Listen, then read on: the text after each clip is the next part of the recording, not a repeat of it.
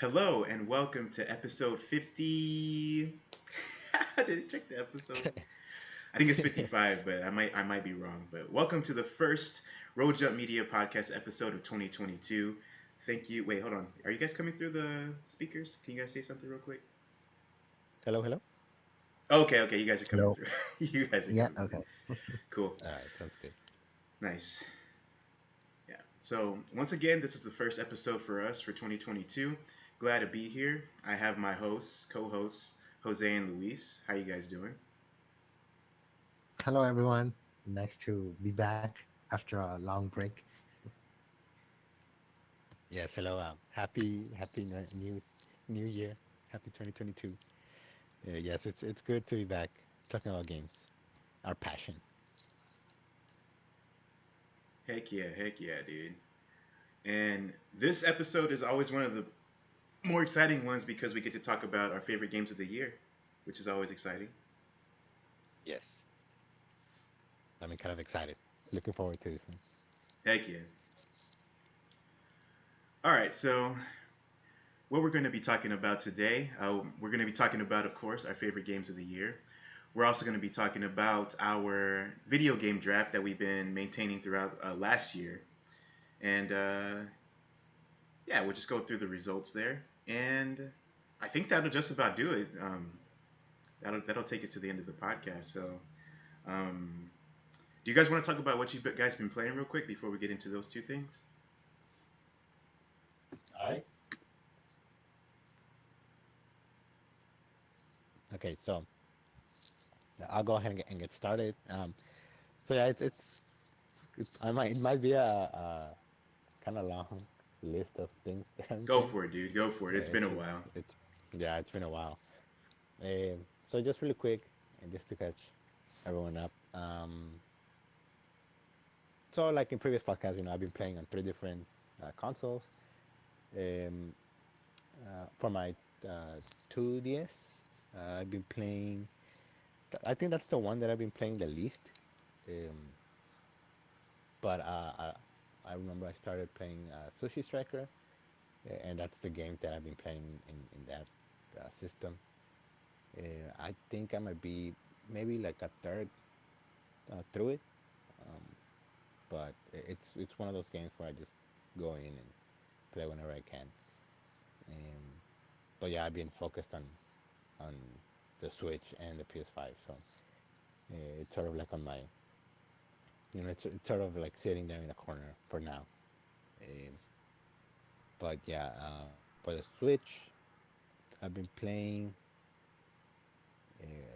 Right now. I'm currently playing the Age of Calamity DLC, Hmm. um, the Wave Two.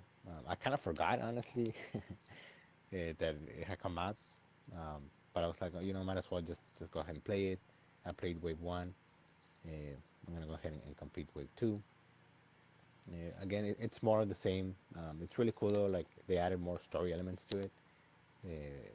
Things that like in the original story, sometimes like you would see something that happened, or you knew something happened, but they didn't show it, and then you kind of like fill up the spots, the empty plot holes.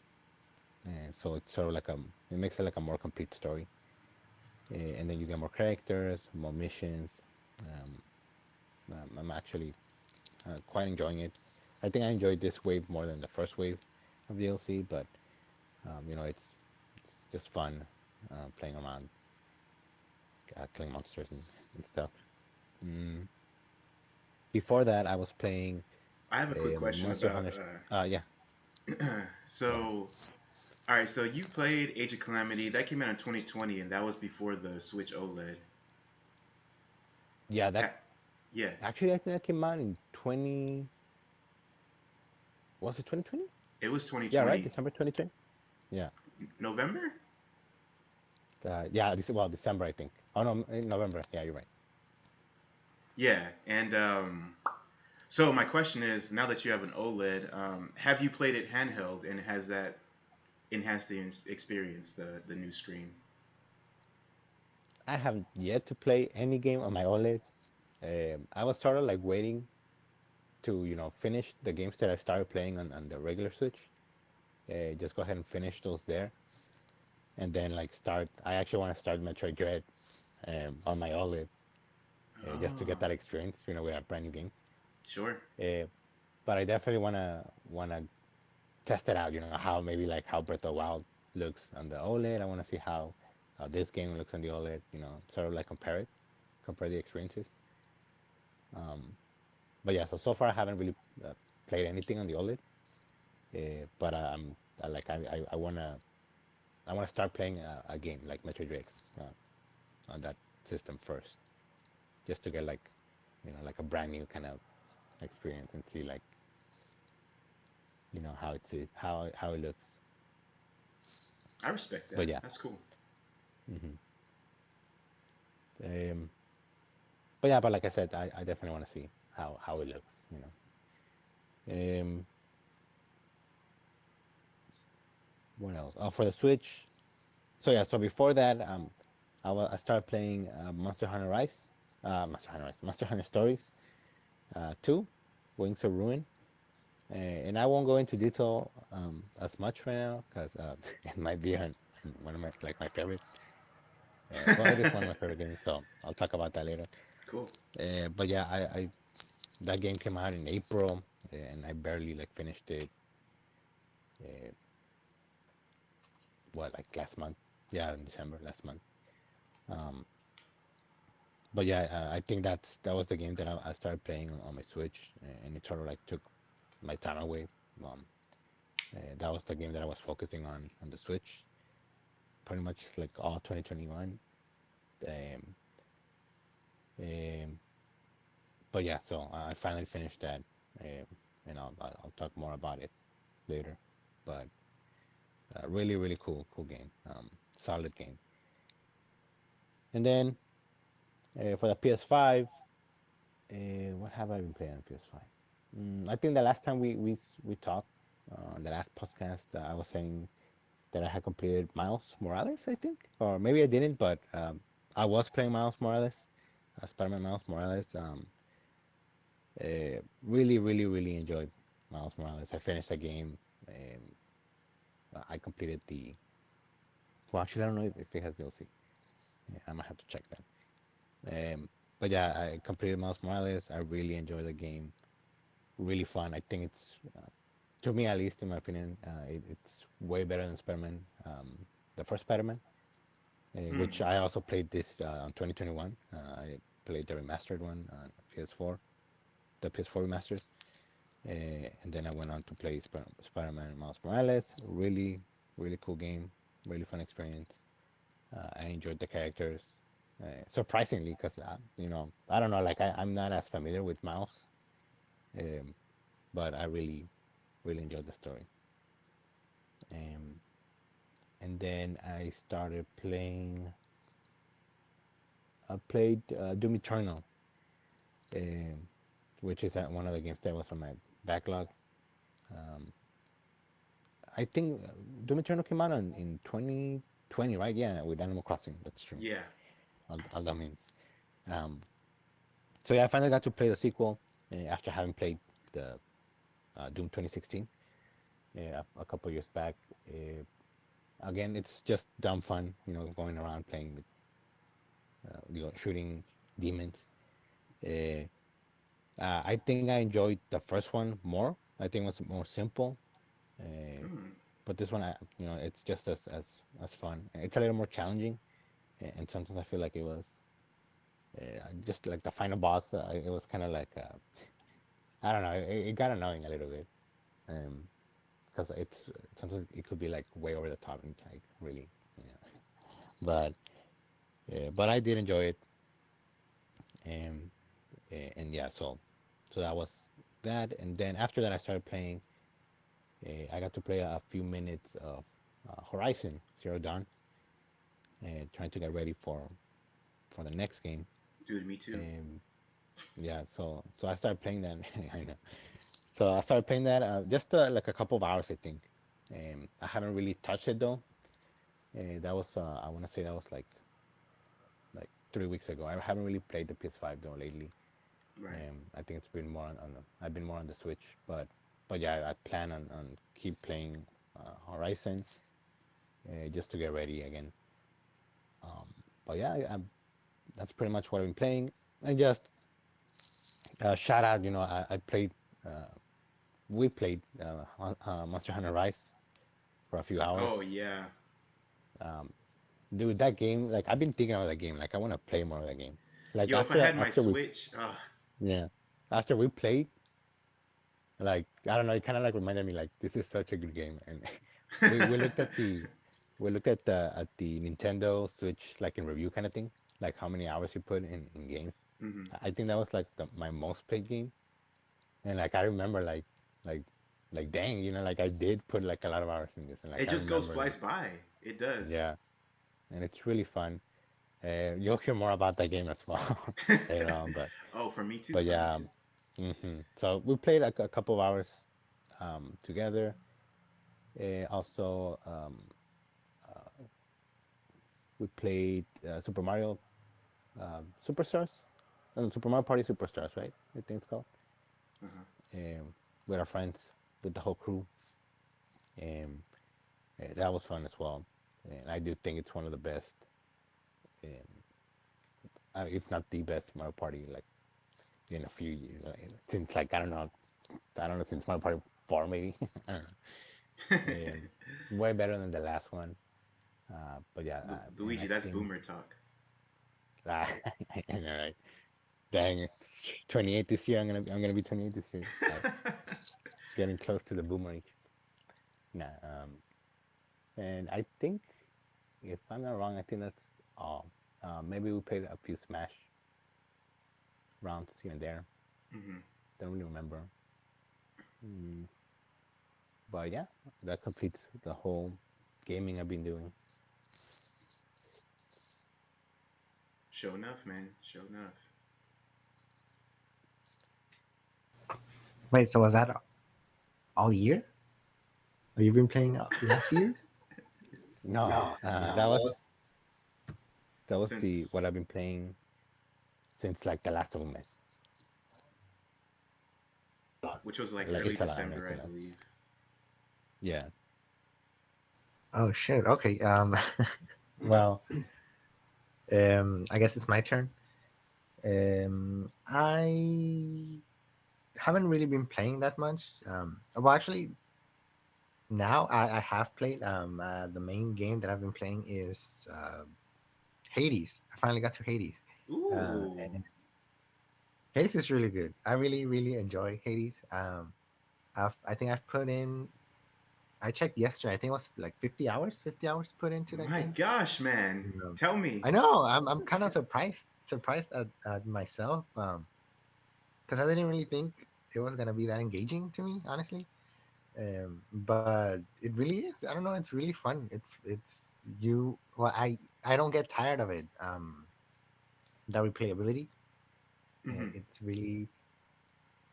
I mean, it's part of the story, the replayability, the having to play over it and over again, and you're kind of encouraged throughout the game to keep going. Just with unlockables and just progressing the storyline. And you want to just get all of it. You want to know the whole story. I don't want to get into it. Just um, you know, for avoid spoilers. But yeah, Hades is a really good game. I can see. I think Hades was like a contender, no, for 2020 or 2019, um, for Game of the Year. Um, and I can see why. It's such a I don't know. It's a really fun game, and I really do recommend it to anyone out there who hasn't played it. Just because it's really fun. And so that's been taking up most of my time. I think I started this year basically. So it's the first game I played this year, 2022. I mean, it's been what 8 days, but it's been really fun. It's been a blast. Um, and before that, I was playing Brilliant Diamond, Pokemon Brilliant Diamond, hmm and that was fun. It was nice revisiting. It does have its flaws, and I won't get too much into that, but it was an alright experience. I really enjoyed it. It it revisits a game that pretty much defined a part of my um, childhood, I guess, if you will. And it holds a special place in my heart. So revisiting was a treat. And yeah, some of the games that Luis mentioned kind of overlap with mine.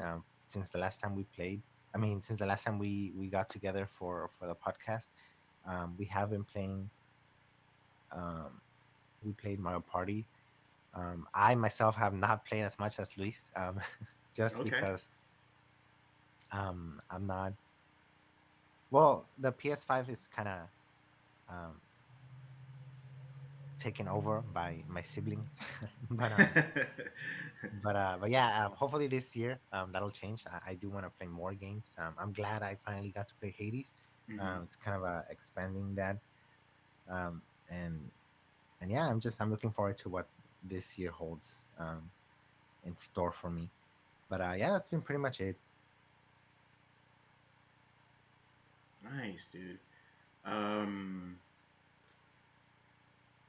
okay. We'll save that question for later. I was gonna ask about a future game, but I don't wanna cross that bridge just yet. That'll probably be next week. Okay, all right. Nice. And for the gameplay for Hades, did it click with you immediately, or did it take time for you to settle into it? Um, it it did it kind of you kind of adapt to it really quickly. I adapted to it really quickly. It does throw you off. Well, at least for me, because it's a game that I've never played a game like that. What is it called? The genre? I forgot. Uh, Roguelite. Roguelite or Mhm. yeah. Um, well, it's kind of like Returnal.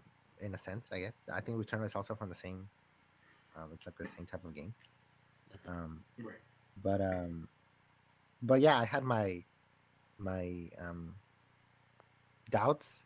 I didn't know if I was gonna be, but but yeah, I did. I enjoyed it. It was pretty. It was fast. It was. I kind of got into it really quickly. It engages you really quickly too. So um, and I mean the graphics are nice, and the characters, the different characters in the game, they're very interesting, very engaging. You kind of want to learn more about each of them, and what their role is in in the storyline. But yeah, it was pretty natural. I enjoyed it so much. I enjoy the game a lot. Cool. I'm happy that you really enjoyed it, man, because you've been talking about it for so long, and I know. Yeah, I had a gap of free time. Well, after passing Brilliant Diamond, so I'm like, I'm gonna go for it. nice. And as for me, games that I've been playing since we last spoke. Since Luigi brought it up, I'll go ahead and bring up. Luis brought it up. I'll go ahead and bring up Horizon Zero Dawn.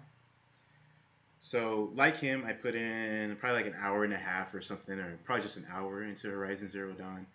And I can't believe how freaking stunning this game looks for a 2017 game. Like, Yeah, legit. I don't know if you had the same experience, Luis, but Mhm. when I popped that Yeah, in, like and it holds up yeah, like really well. yeah, just like the environment, how detailed and freaking vibrant it is, and my gosh, man, I feel like that just can come out like today, 2021, and just like Right. smoke almost That's what I was everything gonna say. else. Yeah. So yeah, and as for the characterization of Aloy, I feel like in the first hour they've done a really good job, like better than a lot of games that I've experienced, making you feel attached to the main character. Um, feels really natural, and and I feel like they don't unnecessarily drag things out, but they still tell a compelling story so far. And I like how they do the tutorial and everything. I think it's really well done, and I'm really excited to play more of it. What else have I been playing? Um, I played some Mario Party Superstars over the break as well. That game is just it's just fun. It's something I wouldn't play on my own. Maybe when I was smaller I would, but if you got people over and you just want to have a good time with whoever you have over or you're spending time with, just break it out. People are bored. Anybody can play that game, and whether you've been playing it since you were a child and you know a lot of the games, or people are new, I feel like it's a perfect game to just pop up and have a good time with. Nobody will complain about it. Mhm. And I think I probably played a little bit more of Skyward Sword since last time, but I'm going to be talking about it as a part of later, so I won't go into detail about that. And see what else. I guess I'll talk a little bit about. I'm also going to be talking about Endwalker later, so I've been playing that a lot as well. I think that about sums it up. I just haven't been playing as much, but I've been I've been finding sections of time to enjoy myself.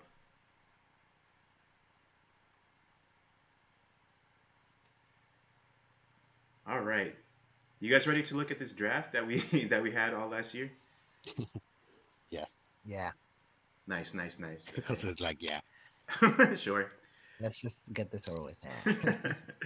Okay, so let me set this up. All right.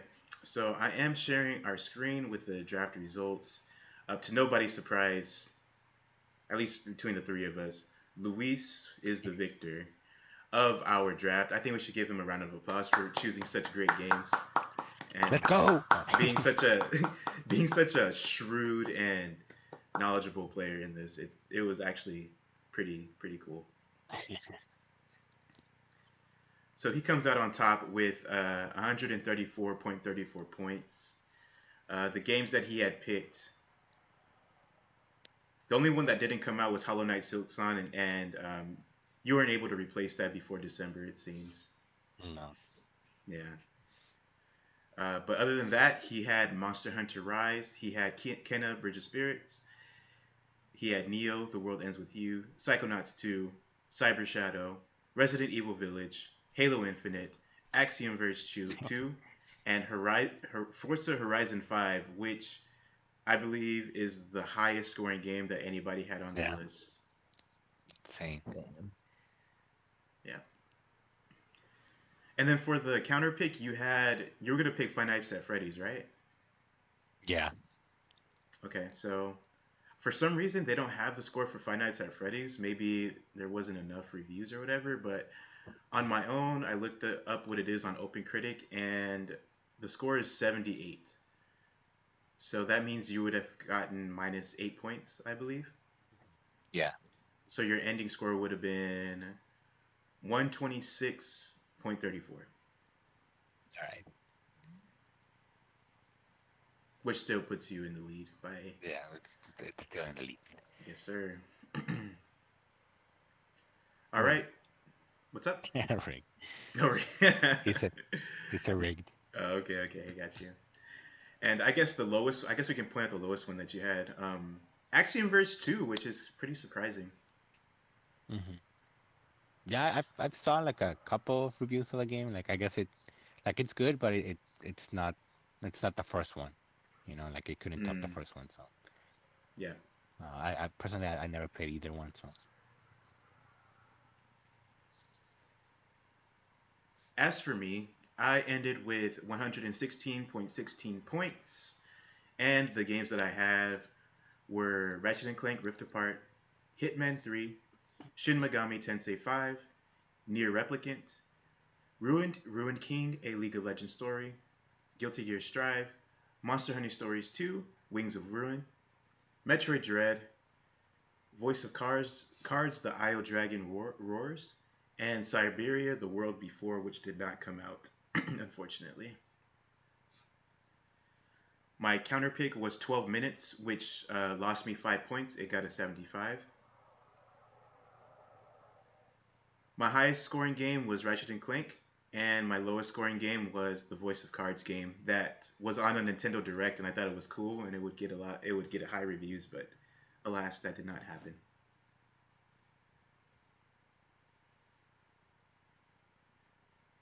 Okay, I'll give myself a pat on the back for coming in second place, giving Luis, uh, making him sweat a little bit. You made it Yes. to the 3 digits, so that's That's an accomplishment by itself. Thank you, thank you. And Jose, let's go ahead and go over what he has on his plate here. He ended with 72.91 points. Oops, what happened here?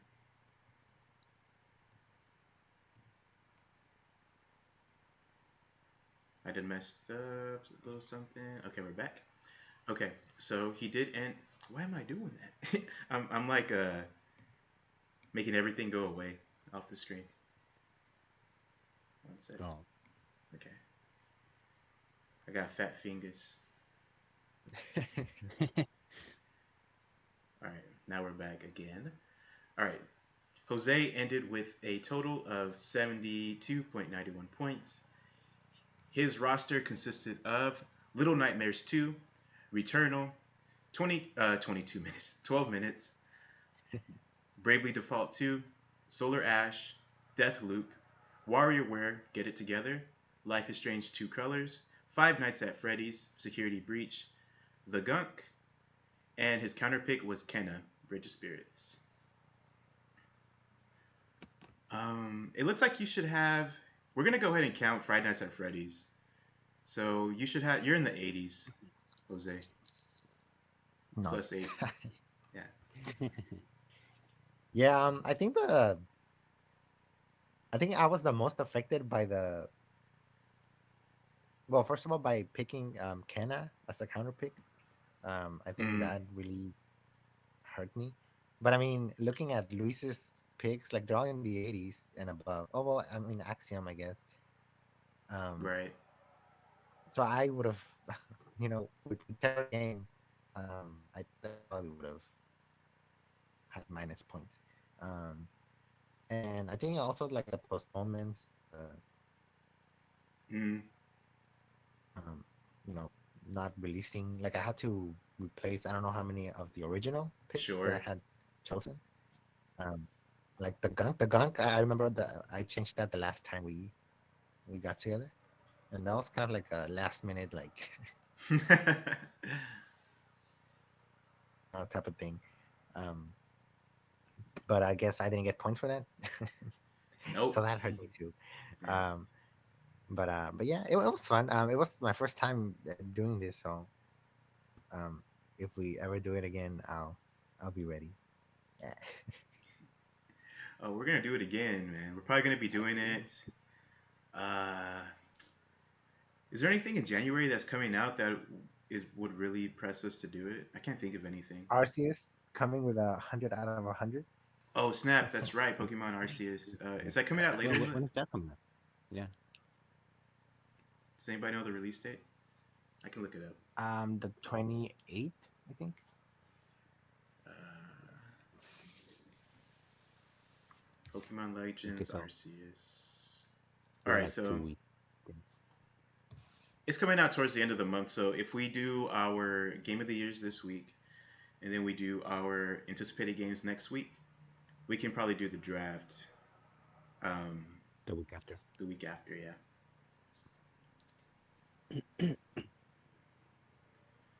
Okay, so running through Jose's list, highest rated game and lowest rated game. Your highest rated game was Deathloop with an 88, and the lowest rated game, one that you brought up, The Gunk. Hmm. But yeah, this was a great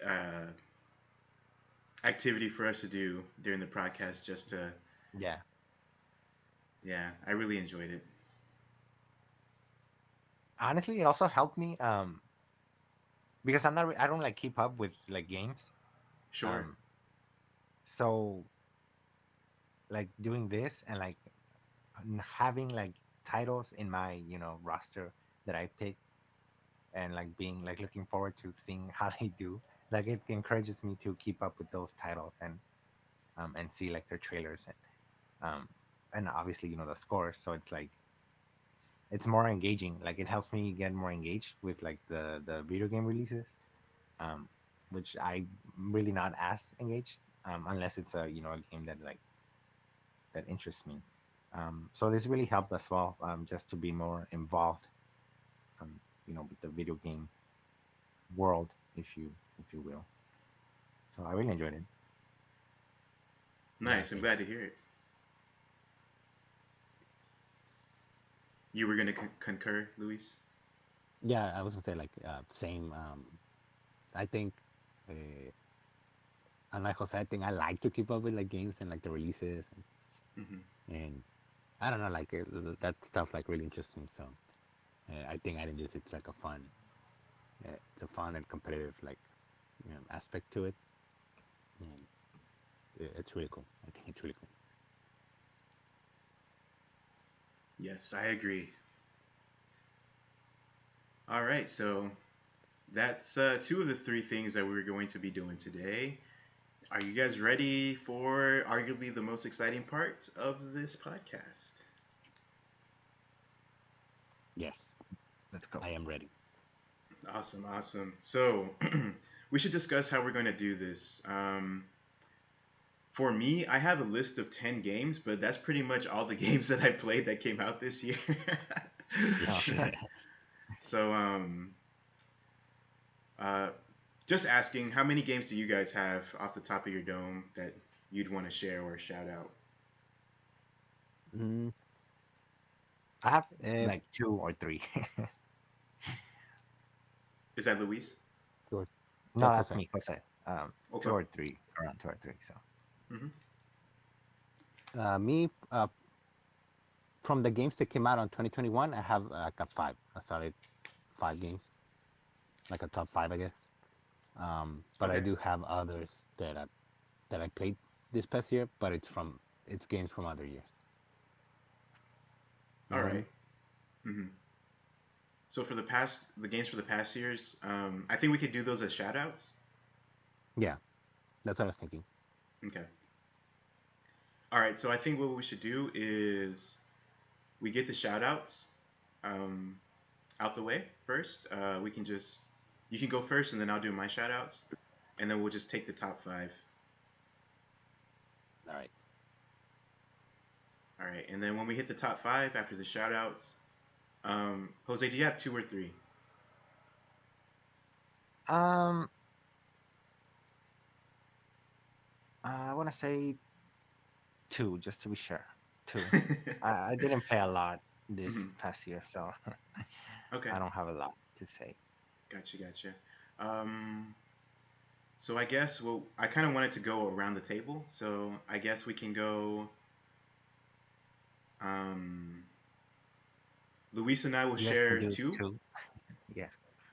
Yeah, yeah, that's a good idea. Luis and I will share two first round, and then you'll share your second one, and then Luis and I will share two. Oh, you don't have a third one? That would be nice if you had a third. I mean, I can come up with a third one. I don't want you to force it if you don't want it on your list.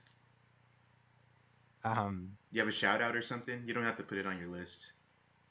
I mean, I have a shout out, I guess, but it's from past years, like we said, it wasn't like released this year. Okay.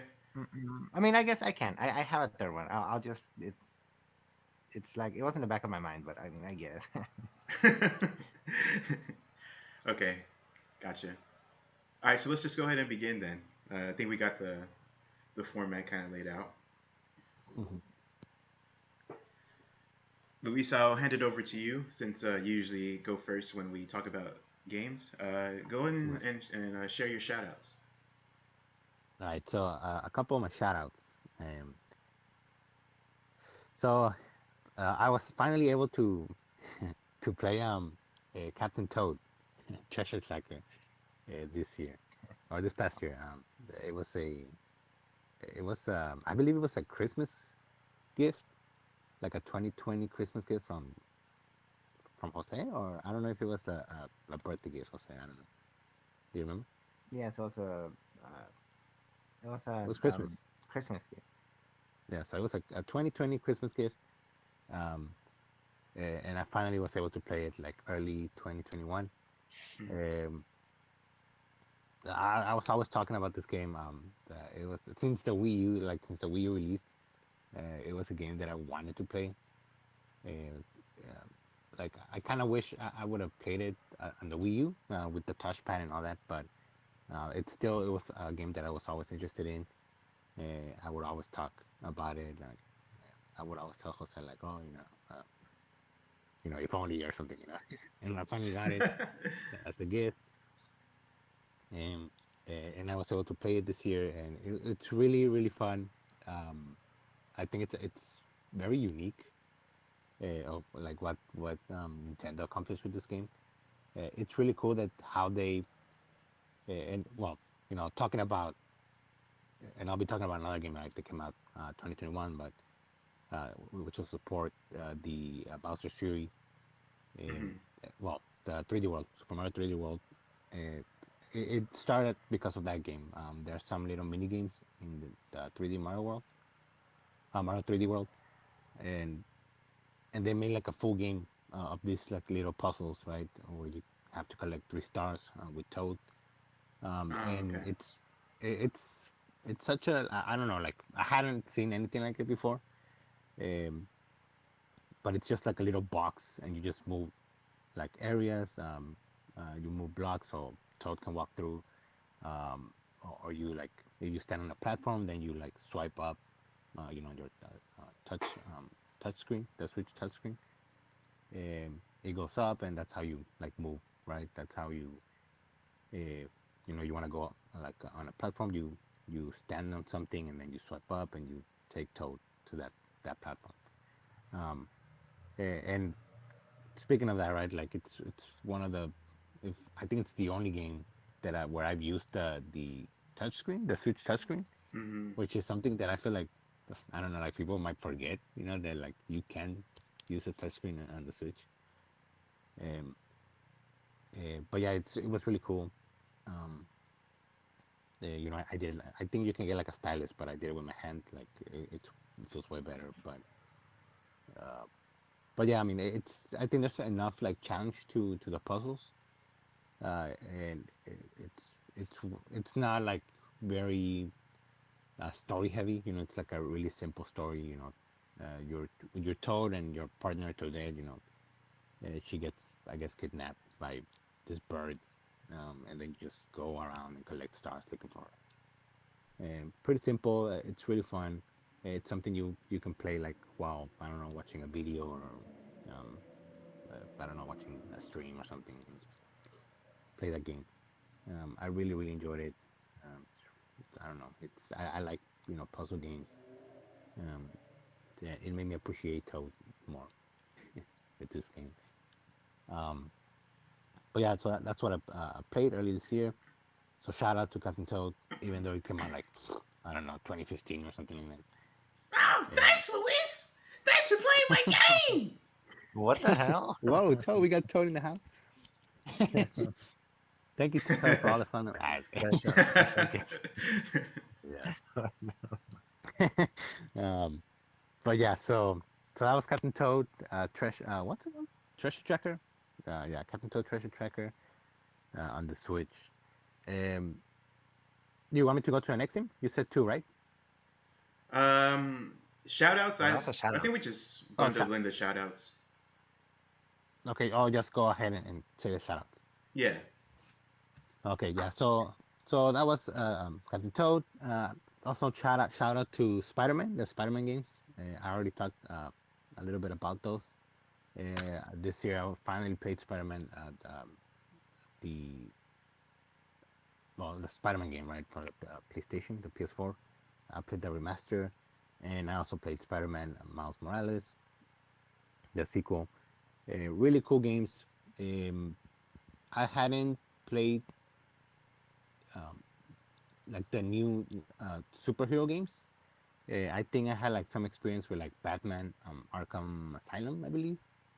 Like the more serious, more um, I don't, well, not serious, but like this new What do you? era, right, Hmm. of of superhero games, right? It's not like the licensed games. It's not those types of games. And I'm not saying they're also bad, right? But they take it more seriously, right? Um, so it was interesting going into it. Uh, I had heard really good things about the first Spider-Man, um, like especially from you, Ray, because I know you played that game like day one, Yeah. and uh, yeah, like both of them. So I had already heard a few things about them, so I went in, played it finally, and I really, really enjoyed it. I enjoyed the movement. I think out of everything, just being able to go places and swing around the city of New York, it's really cool. It's really it feels natural, uh, um, and then you got like a lot of things to do. And with the remaster, like the DLC also came with it, so there's even more story to it. So I think the original story, like the Spider-Man story, like it's really cool. I like how they went about that story with like Doc Ock and as Peter Parker, like the things that happen. Hmm. Uh, and no spoilers, right? But like it's a really touching story. Um, and so the story like it's really cool. And then the gameplay again, it's really good. And punching the bad guys and doing like side missions and leveling up your character, being able to get more gadgets or improve your gadgets, um, getting new suits. I like trying out Oh. the new suits every time I got Oh. the one. Like it's so cool. Like you get to learn a lot about like Spider-Man as well. Um, so I don't know. Like I had a ton of fun um, with Spider-Man, and then I even had more fun with Spider-Man Miles Morales. Uh, that game is like it's really pretty as well. And I don't know. Like I feel like they dealt with like night. I don't know. For some reason, like I connect Miles Morales with the night and Hmm. like or darker environments. I don't know. Um, Interesting. and like I don't know, the colors will pop off like really well, and it's a beautiful game, honestly, and like I really enjoyed it, and I think I like Miles Morales more than Peter. Like I'm not saying Peter Parker is like a bad character, right? But like I really, Hmm. really like enjoyed playing as Miles and getting to know Miles, like that story. And I think it was done fairly well as well. And I don't know, like looking back at it, like Spider-Man deals with a lot of shit, even though Dude. doesn't matter which Spider-Man, right? Like not like I was thinking about it right now, because like the story as well, it's really touching and it's kind of like it's really sad as well. Like yeah, you beat the game and like you win, right? But there's things you lose as well. I don't know, it's really cool. It makes me appreciate like Spider-Man more, and especially with like the whole movies as well. Like I don't know, like I'm getting into like Spider-Man a lot, and but yeah, like the Spider-Man games to see I can't wait to look. I can't wait to see more of like Spider-Man Hmm. 2. Oh. Uh, we got a teaser. Like I think that's what pushed me to play these games for like finally like complete them. So really excited to see like what they do with Venom and how they're gonna deal with like both Spider-Man, like Miles and Peter. Yeah. And then like really really excited. And then it's Insomnia Games, right? So they've been doing like great work. I don't know. Yes, want to add anything to what I said, but I can move on to my next shout out. Oh no. I'm just really Mhm. glad that you've got to experience it. It's not just me just singing the praises of just Yeah. the basic fun of a Spider-Man game, which is just pop it in and Mhm. swing. Right. That's all Right. you got And to then the do. music too. Like I forgot about the music in Miles Morales. It's so good. I don't know. Like Yeah. it made me happy. I don't know. Like sometimes I will be like have like I'll feel down or something, and I will pop up that game, and as soon as like the title screen, with the beat, Oh like I yeah. don't know, Yeah. it's really good. Um, and then another shout out to Doom Eternal. Again, I talked a little bit about this. Finally played the sequel. Uh, it's dumb fun shooting demons. Making completing the missions. For each mission, there's like challenges, right? That you can complete, like kill, I don't know, three demons a certain way, right, and things like that. So it was cool, going through each mission, trying to complete all the challenges, upgrade the weapons, your weapons, or get new weapons, um, and just go through like the world and just killing demons, right, and meeting new demons and being able to kill those demons as well. Like I said, I did enjoy the first one way more, the Doom 2016. Um, and I think with this one, they sort of like expanded it a little bit more. And I think there's a lot more platforming in this one. Like you get to go through worlds, but you have to go through like certain platforms and certain like doors, and then come back and things like that. Um, which I enjoyed as well. There's it makes it a little bit more challenging. There's also like puzzles here and there, and it makes it more challenging. And I think like the thing that I enjoyed the most was uh, going through the worlds and finding like the secrets. It's something that like the first game had as well. There's like secret collectibles, I guess, in each world, and I really like doing that. Um, but yeah, in my opinion, uh, I think a weaker game than the first one, but Mm, it's still fun nonetheless. It was fun nonetheless. So that was that. okay. And I think that's it for my shout outs Cool. So we got Doom Eternal, the Spider-Man games, and Captain Toad. and Captain Toad. Yes. Nice, nice, nice. All right, I'll go ahead and do my shout outs as well here. Um, Shout out to Mario Party Superstars. Really excited that Nintendo gave us what the fans been wanting for a while and just go back to the basics. Really good. Shout out to Persona 5 Strikers. I feel like that game is really good. I fell off of it pretty hard and didn't go back to it, and I still haven't since since the beginning of the year. Damn. But the way that they how it still feels like a Persona game, um, first and foremost, and then when you play, it's like, oh yeah, it plays like a Muso game, but the Persona 5 DNA is still there, and it's not going to detract. I say Persona 5 fans from playing it just because it's that kind of game. So, shout out to that Persona 5 Strikers. Shout out to Skyward Sword HD. So, Skyward Sword HD, I think it's one of my more preferred Zelda games so far that I played. I'm like a third or close to a half in maybe, but I really like the gameplay and I really like I particularly like the story that's being told. But I don't like the motion controls for some gadgets, and every time I have to do that, I kind of dread it because it's a little clunky, but or kind of clunky. But other than that, really like Skyward Sword. Shout out to Apex for being Apex still and updating Right. the game, Yeah. being super fun to play. Skip. And Right. what's up? Yeah, I forgot Apex too. But yeah, Yeah, big shout out to him. yes, yes, yes. And I thought this was gonna be on my number five, but I guess it just missed it. Pokemon Unite. Mm.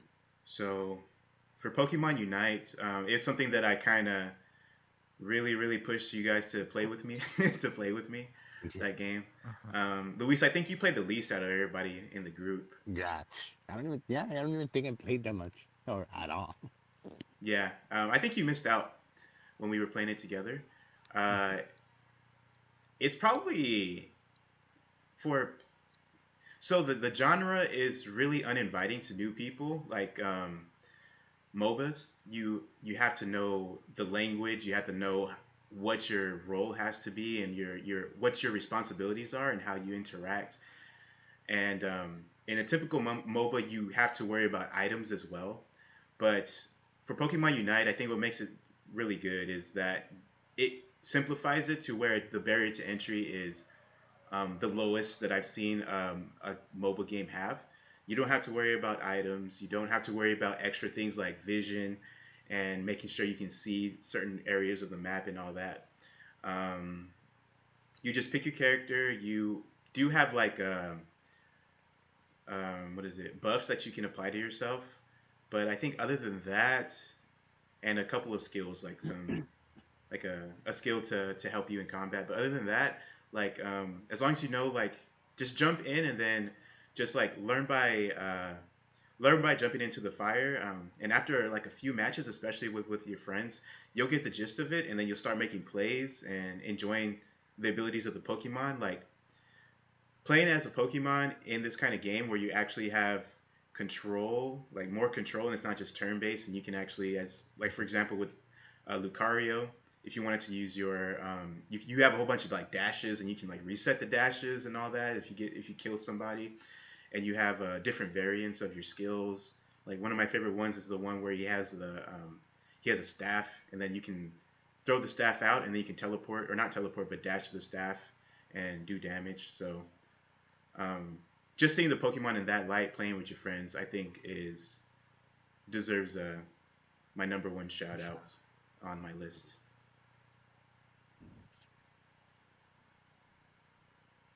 Nice. All right, so Jose, after us talking about our games, do you have a additional game that came to mind or something you want to shout out? Um, well, I want to shout out uh, Hades. I mean, I know I talked about Hmm. it, tiny. But yeah, it's a really good game. It I don't know when it came out. I think it came out 2 years ago, a year ago. Are you playing it on the But Switch? yeah, it's huh? Are you playing it on the Switch? Yeah, I'm playing on the Switch. The Switch version might have came out And this year. Yeah, I really, think the Switch was this year. The Switch oh, version. oh well, shout out. Put it on the Um, list. I'll put it on the list. she could. um, but yeah, it was a really good game. It's a really good game. I really enjoyed it, and I mean, I talked about it already, but yeah, I really do recommend it to people who haven't played it. It's a really fun game, and that's it. Cool. It came out in 2020, September 17th, 2020, Okay. on the Switch. Oh, okay. Okay. All right. So shout outs are done with. Let's go ahead and get into our actual list. Luis, go ahead and shout out your number five there. All right. So my number five, it's a game that you shouted out. Uh, and again, it's weird because like I didn't really play that many like games that released in 2021. Um, I have a lot of them. I bought a lot of them, but I Yeah. just haven't played them. But yeah, so for my number five, I decided to go ahead and pick Super Mario Party Superstars. Um, and I think mainly the thing that I like about this game, which funnily enough, it's a game that I actually don't have. I don't think I bought this game, no, unless I did and I forgot about it. But Bruh. I know I have a problem. Um, but yeah, so I was able to play this with like friends, with the um, with you guys and Cassandra and Andres, uh, and Marcos, and we. I think, like I mentioned earlier, it's I think it's the best Mario Party we've had in a while. I think that the last Mario Party that I personally like fully enjoyed uh, might have been the GameCube one, Mario Party 4, which is Mm. it's been a while. Um, because after that, Nintendo sort of like lost their way with the Mario parties, with the little cart going around, and I don't know, like it wasn't really like true Mario Party. Um, but yeah, I think this game goes back to like the original roots, and the fact that they bring like classic mini games from a lot of the games that we grew up with and we loved, from the Nintendo 64, the original Mario Party, from even Mario Party 4, which is again one of the it's not my favorite Mario Party. It's the one that I played the most when I was younger. Hmm. Having them, bring those mini games and having played those mini games, especially again with friends, it was really cool. It's really nice. Because it brought, I think, or having played this game with friends, it brought that competitiveness to it that I felt was lost in previous games. Like the whole BS of stealing stars and stealing coins Yeah, and losing friendships. That's what we want, right? We want to lose friendships. Yeah, you damn right. uh, that's right. But so that's like it's cool. It's nice to have that again. Um, so yeah, so I decided to pick that one as my number five because again it brought a franchise that I used to play, with my brothers when we were kids. My It brought it back brothers. to what it was, right? Um, I think that the previous game, Super Mario Party, I think it was called on the Switch, uh, it did some things right and it sort of got closer to Hmm. what we wanted. And finally, this one, it sort of like, it clicked with them and they got it right. And then like, the multiplayer, online multiplayer, they added. So it's really cool. And hopefully they continue on that path of bringing us Mario Party and or classic Mario Party with more improvements as well. There's always room for improvement, but, um, I don't know. I think this game it's really cool. It's really cool that what they were able to do with it. Cool. For the nostalgia factor, because I know like the maps are based off of the Mario parties prior to four, which is Right. also my favorite one. How much of a factor do you think that played? Because I don't have nostalgia for it, but I really like this game. Do you think that enhances the enjoyment somebody gets out of it? I think so.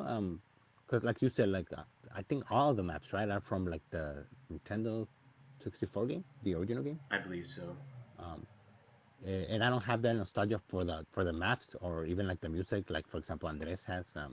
Yeah. Uh, uh, but I remember he did introduce us to that Mario Party on the original 64, and we played we played the game like the original game. Um, so I was familiar with some of them, uh, and it does kind of like. And actually, I think having Andres, there like playing the music and like giving his input on like the music and the maps, Yeah. Yeah. it helps that as well, right? Um, uh, so I think it does enhance. I think like you know maybe for him, right, for someone who did play the original, it might uh, affect like the opinion of the game, right? Maybe for me, since I don't have that nostalgia factor or that connection, I can appreciate it a little bit more.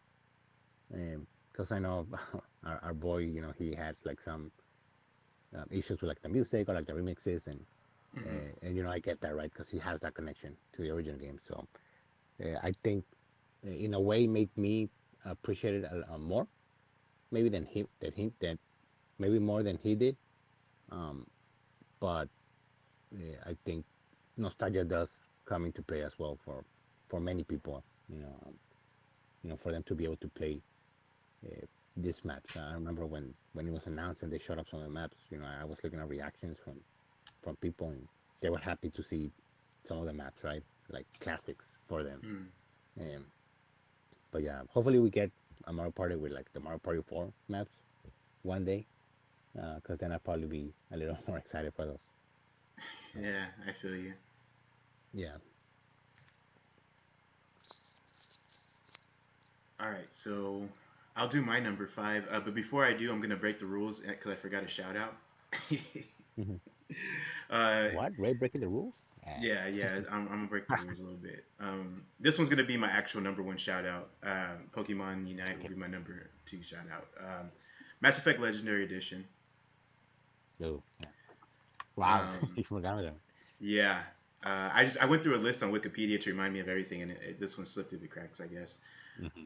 But yeah, Mass Effect Legendary Edition. All three games they look, at least for the first two, I can attest that they look better than ever. I love the the technical enhancements they made to these games. The story is pound per pound, one of the best stories you can find in a video game. I say if you're ever thought about playing Mass Effect, pick this up. It's always on sale, or it's on sale a lot of the time. So if you're used to Nintendo prices, this will treat you well.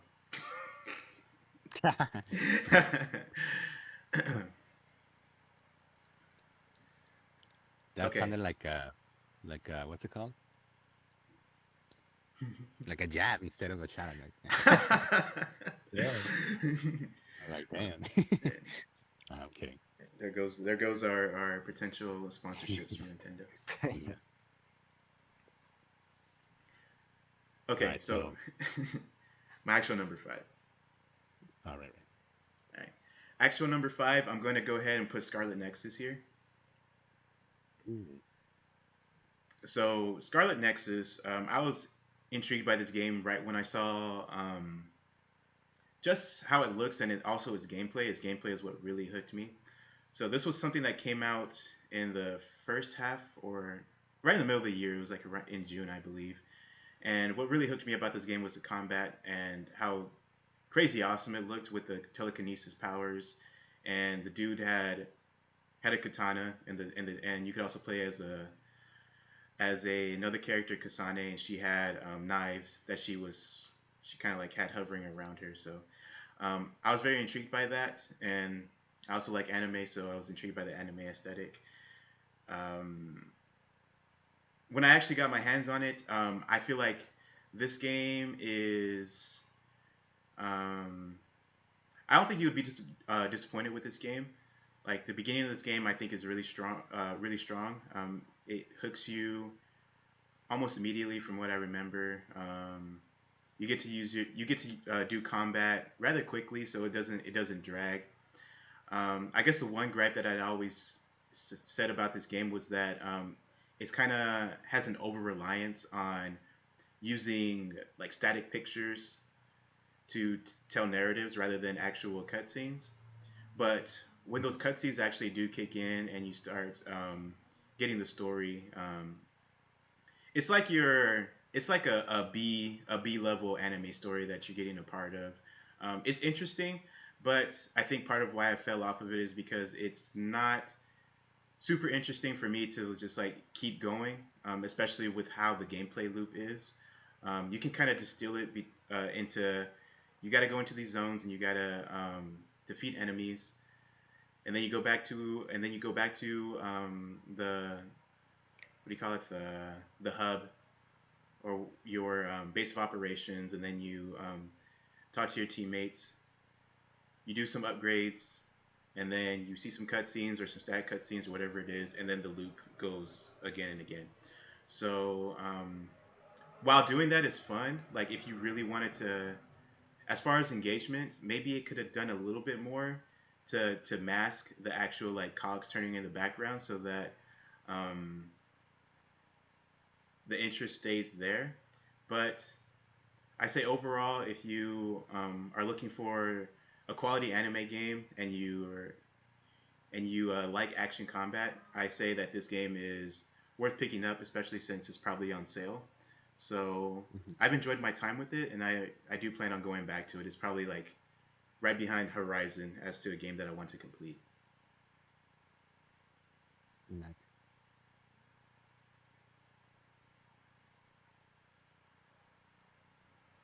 And that'll do it for my number five. I think we got to toss it back to you for your number four, right, Luis? Yeah. Cool. You have three games, was it? You said? Yes. Okay. All right. So for my number four, um, it's a game that I briefly mentioned earlier when I was talking about Captain Toad. My number four is Super Mario 3D World Bowser's Fury. Hmm. Um, and in this game, it's something. It was everything was brand new to me because I hadn't played the original 3D World on the Wii U. Um, and from what I've heard, personally, I wasn't able to compare it. From what I've heard, they did improvements to this version, the Switch version. Apparently, was faster. And having played it, it does feel faster, like the movement. um, which makes me think like, well, if how slow it was, right? How like on the Wii U, like. But I did enjoy my time with 3D World. Um, what's it called? I don't know. I don't know if I would say like it's on my top like five Mario, like 3D Marios. Hmm. Uh, I don't have to think about it. Um, but what I really liked about this game, it's like the Fury, the Bowser's Fury part. Um, which when I started listening to the reviews and the thoughts of people, that's the part that they highlighted, like the Bowser's Fury part of this game. And I think I can agree with it. It's I hear a lot of people say like, "Oh, this is like the next step to like what a 3D Mario is gonna look like or should look like," and I think I agree to a certain extent. It's similar to like a Super Mario Odyssey, where you're dropped into this like world, right? And there's areas in this world, and each area has its stars or like the shrines, I guess. Um, and cat shrines, I think they're called. I may be wrong, but you just walk into this area, and then you just see like the shrine, on the screen, right? Like how many shrines are there, and how many you're missing, and which ones you need to get, and you just go and look for them. And then you have that the aspect of like Bowser, who's in the background, and every so often he he becomes like he becomes big, right? And we saw it on the trailer. It's just like menacing looking dark Bowser, right? Um, and he starts like throwing fire at you and things like that, and you have to go ahead and get ring the bell uh, to sort of like scare him off, and everything clears up, and it's sort of like a cycle. So I think that's the part that like sort of like turned me off a little, because it was kind of like you want to explore this world, you want to get the shrine, and all of a sudden it starts raining, and then freaking Bowser comes out and starts throwing fire at you, and it sort of like interrupts your the vibes. I don't know, like uh, so I think that's like the only negative that I could find for this game. But other than that, I really enjoy uh, that style of gameplay, I guess, or where you just go into this world, right, and you just walk, and you can go ahead and complete the different missions, find the secret shrines and things like that. And I do agree that it's sort of like uh, a tease of what's to come for 3D Mario. Uh, I think going forward we might see Mario in this type of game, right? Um, but a little more in line with the Mario Odyssey and Bowser's Fury. Um, but yeah, I had a ton of fun. I think all Mario, it's like you said, right? It's jolly times. It's really cool. And it is a little darker, so I also enjoyed that, like the dark aspect of like Bowser, like this freaking menacing, uh, I don't know, monster, right? And then you get like you become like Super Saiyan Mario, right? So, Cat Mario. Uh, Yeah. so and that's also like positive for it. Like it's so weird, right? To see that, but I think it's really cool that they take this sort of like uh, risk. Um, like something as weird as having Mario become like a big cat, right? Big glowing cat. It's something you would see like in a Mario game, right? Um, so yeah, so I think that's my number four. Um, Specifically more the Bowser's Fury part. But the base game, the 3D world is just as fun. But it's more in line with like the classic, right? Like going to this world, going through a mission, and then going back in again and going to another mission, things like that. Yeah, it's a little bit of both worlds, right? Hmm. In this package. So that's my number four for 2021. Nice. I'll go ahead and shout out my number four. My number four, it has the potential to be number one, but unfortunately, I haven't been able to finish it just yet. It is an expansion, so it's halfway cheating, I guess. But um, Final Fantasy 14 Endwalker. This game, I sing the praises of this game. I feel like almost every podcast. Um, the the loop that the gameplay that surrounds the expansion is top notch still.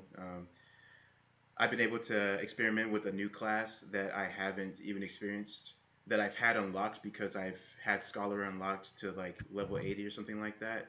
And there's a class called Summoner, and I got sidetracked after I don't know maybe a thousand, I've close to 1,000 hours in this game, I'm sure. And after that much time, I've had this totally new class that I could have been leveling um, this whole time.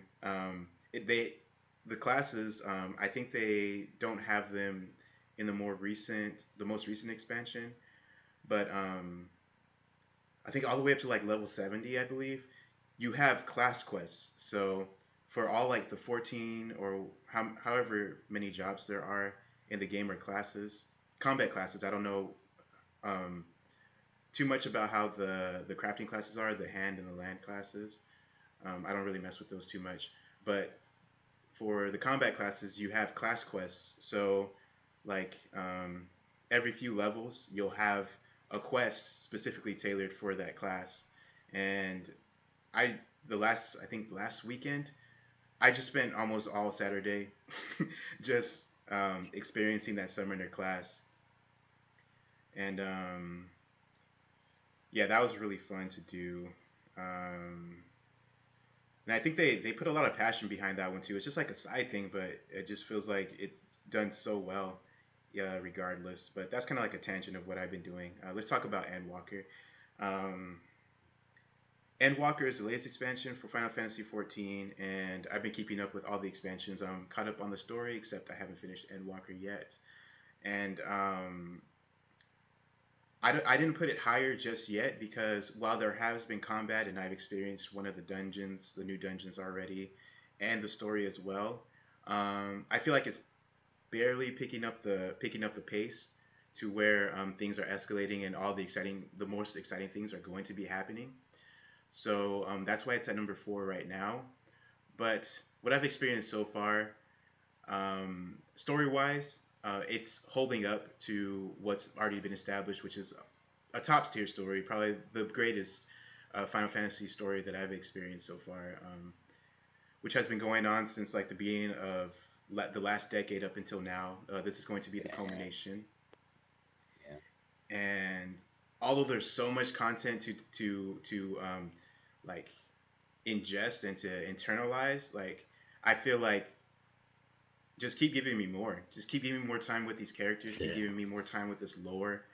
The last expansion, I never do this. I know our good friend Andres, he likes to memorize like lines and things like that from his favorite games, like Tales of games. The last expansion, I like every time I like drive up to come back from home and then I go back to where I need to go on the weekdays. Um, a lot of the times I found myself catching myself just putting on a certain scene from the last expansion and just listening to it over and over and over again because I feel like it's that powerful, and I never have done that I can recall for another game. So this game is really something special. I shared a screenshot with you guys from yesterday. It was like a little snippet of the bottom of the TV with the dialogue box, and I was feeling things during that time. Oh yeah. Yeah. So so the story is really holding up. It's standing toe to toe with what came before, and the new things that they introduced, like just little things to keep people that have been playing for a long time just interested in into just um, not letting them feel like, okay, I know what I'm gonna do. I'm gonna go into a dungeon. I'm gonna do these instance missions and just clear out enemies and stuff. They do vary the objectives, and they do vary um, the parameters around how you take on these missions. So I'm looking forward to playing this game more, and um, I hope I don't cry that much at the end. That much. Yeah. Yeah. Just really quick, would you say this might be like in your one of the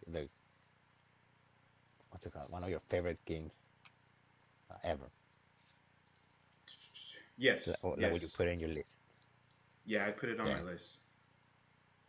that's I really put it cool. on my list. It's a moment. It really is a moment for me to remember for the rest of my life. This game, I really do enjoy it a lot. Mhm. It's awesome. Yeah. Um, okay, I'm finished with my number four. We should toss it over to Jose.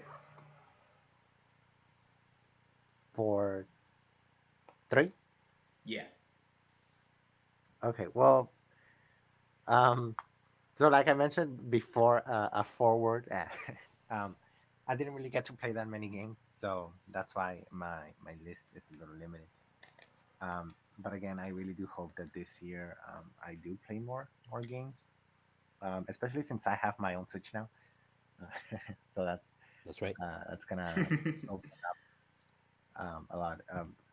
It's gonna be more accessible, I guess, the games, just because you don't have to share and everything. But for my third, I actually chose my Mario Party Superstars, Okay. um, which was Luis's number five, I believe. Yeah. Um, Yes. and I mean, I chose it for similar reasons that Luis mentioned. I think Mario Party, uh, particularly four, was a big part of I think our growing up.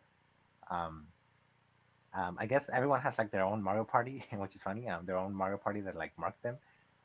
And for us, that was the fourth one for the GameCube, and yeah, like it was a really fun game. It was so much fun. Mm-hmm. It was I don't know, like seeing how it progressed. Like I think we bought Mario Party 9, I believe, um, and just For seeing the the downgrade. Wii, yeah. Yeah, seeing the downgrade was kind of it sucked a lot. um, it was very it was very disappointing. Just 'cause, I don't know, like it was devoid of fun. Or we had like this idea of what a Mario Party game should be like, um, and it wasn't that for a while, um, until this game came out, and I think it marks like this. I don't know. I guess not renaissance. That's a little too dramatic, but like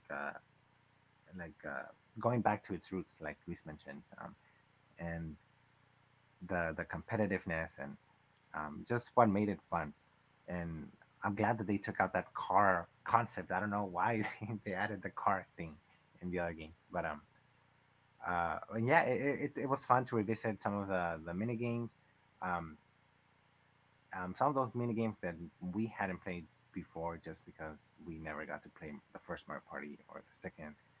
Um, but yeah, it was really fun, and um, I don't know. I got to play it with you guys. And yeah, I don't know. It was a blast. It was nice to see them. I don't know if they did it, if they listened to the fans and kind of brought back, how it was, or if that was just something that they wanted to do way before.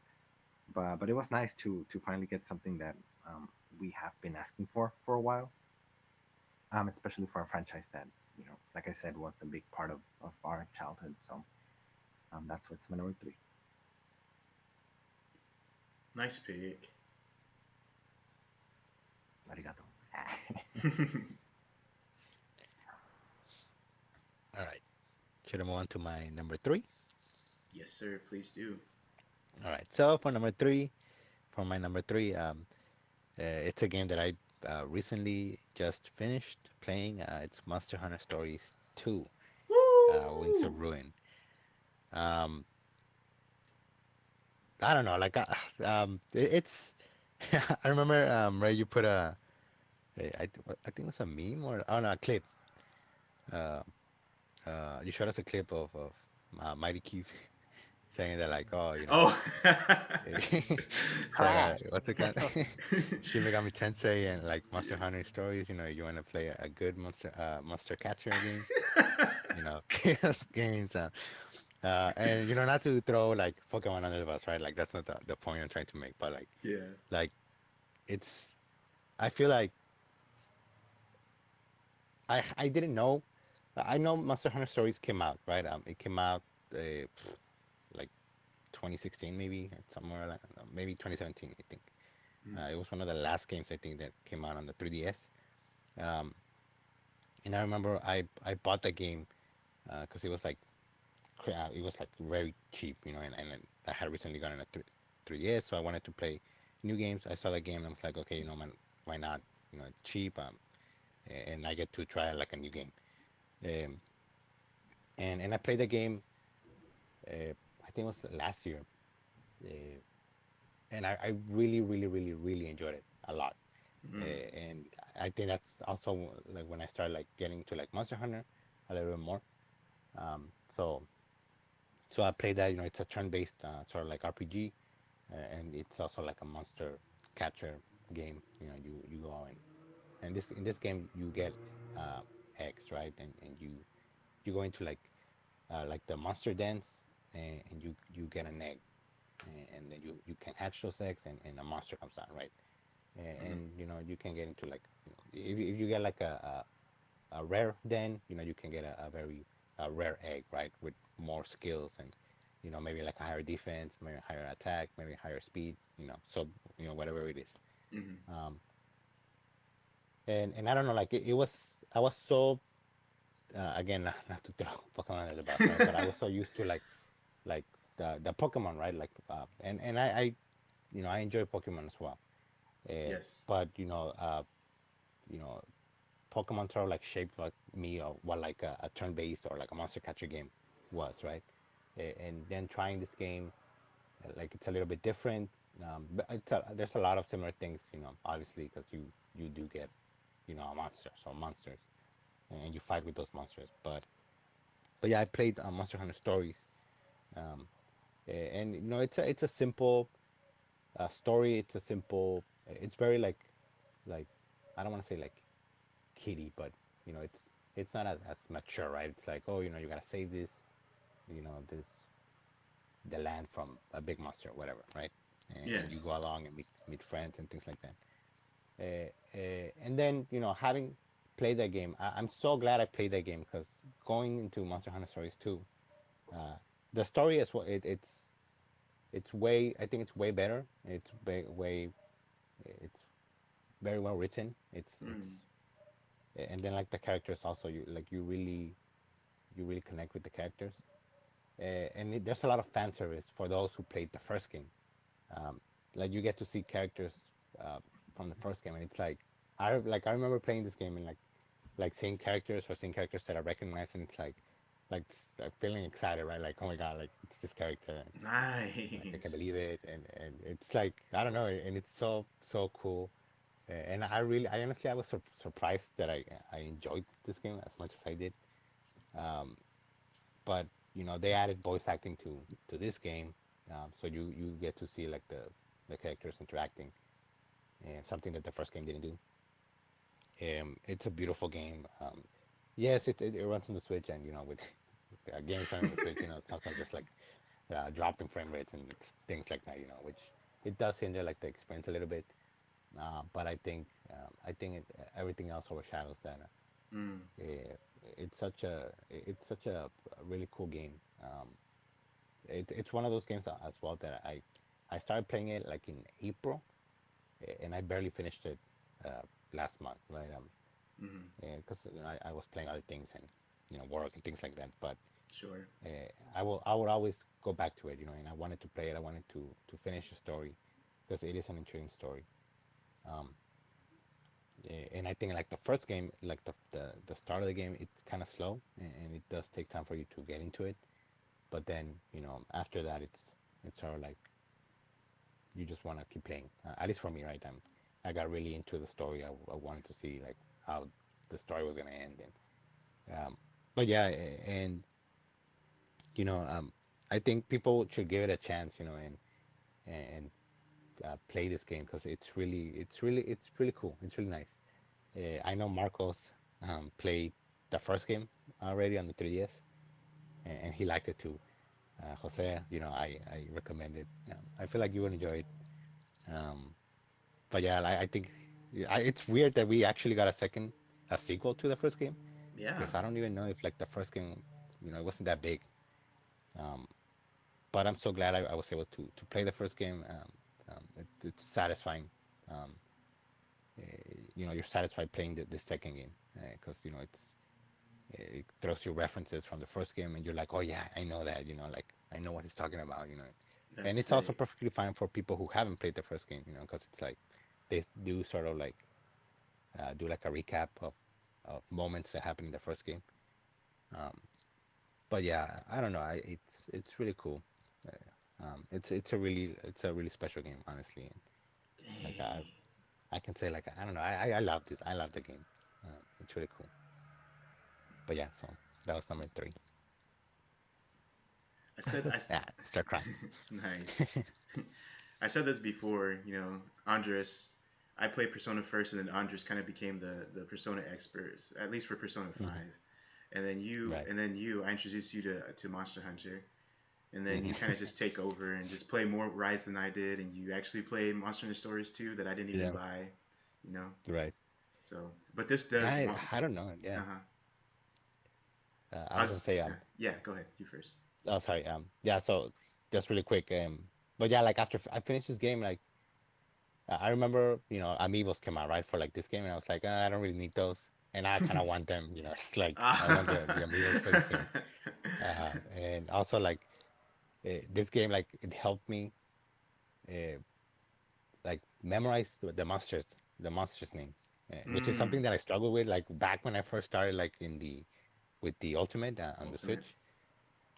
Like I was like, what is this monsters? And I remember like thinking like, oh, Ray would be like, oh, this is this monster, right? And you would like name it off of your head. And I'm like, how the hell does he know? Like, and like I feel like I get like I know now. Like I see a monster, it's like, oh, that's I don't know, a Ratalos or a Ratia or um, yeah, and it's I don't know, it's really cool to be able to Mhm. do that.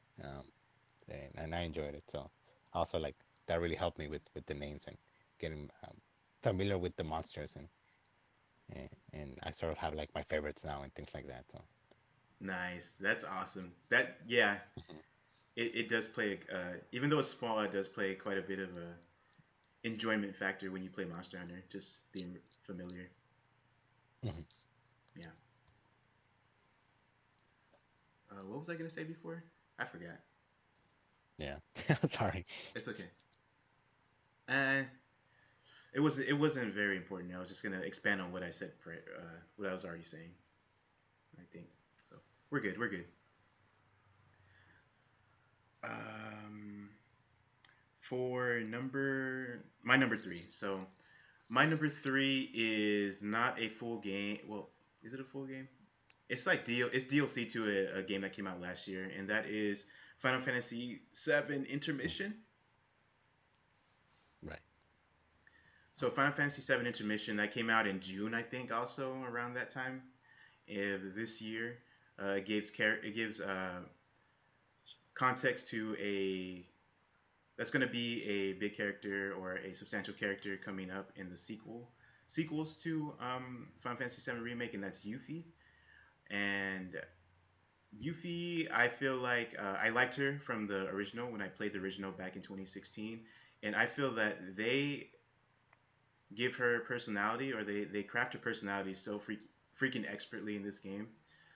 She's a ninja, and she um, is one of more. She's pretty goofy and lighthearted for most of the time, but then when things actually get serious and things start to hit the fan, I feel like they portrayed that shift in her personality as well.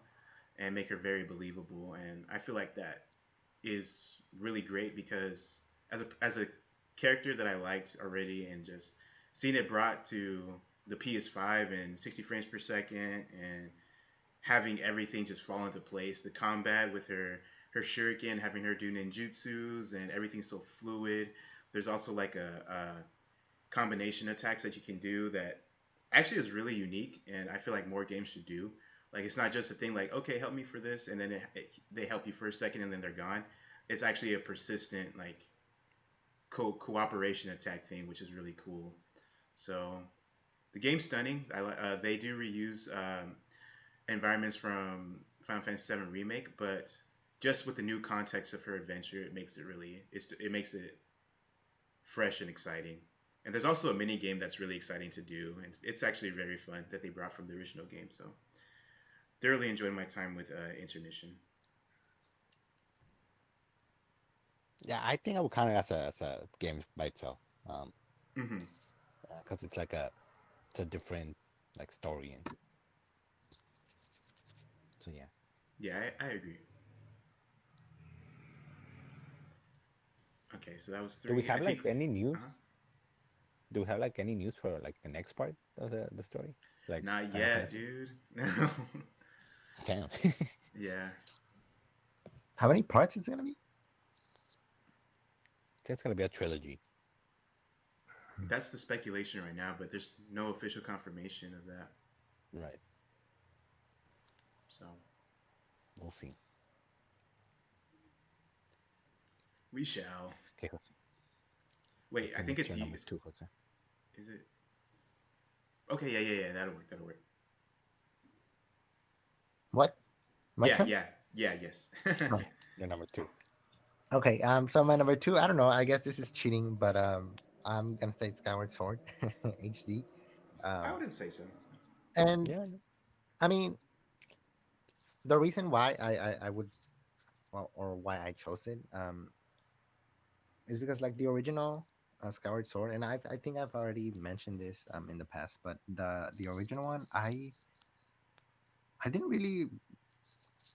I mean, I mean, I guess I played it and I liked it, but I didn't care too much for it. Hmm.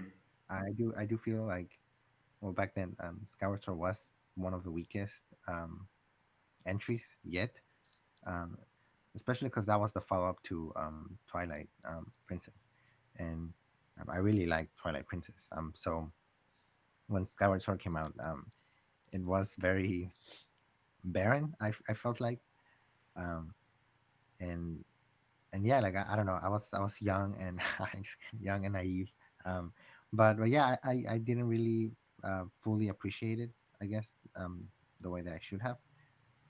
So when it was ported for the Switch, um, and I got to play it again, it really did give me like this newfound um, appreciation for it, Hmm. that I hadn't, um, that I didn't have back then. And that, goes with just storyline. It goes with just the characters. I think that's Dude. probably the biggest thing. Just characters. Yes. The the personality that these characters have, and it's something that, um, I mean, Legend of Zelda characters have always had like their own personalities. I'm not saying that past games haven't had, um, their own quirkiness and all that, but I don't know. I feel like Skyward Sword really did. It humanized in a way, Link and Zelda, especially Zelda. I feel like because Hmm. Zelda, you're used to seeing her as this, like distant, like, oh, we have to go rescue her, or like, this silent, um, regal figure, um, and here she's just a kid, a childhood friend, and I don't know, like Groose is also another highlight, and just the character development there, and yeah, I don't know, like it's this different kind of vibe to it, that I guess I hadn't appreciated back then.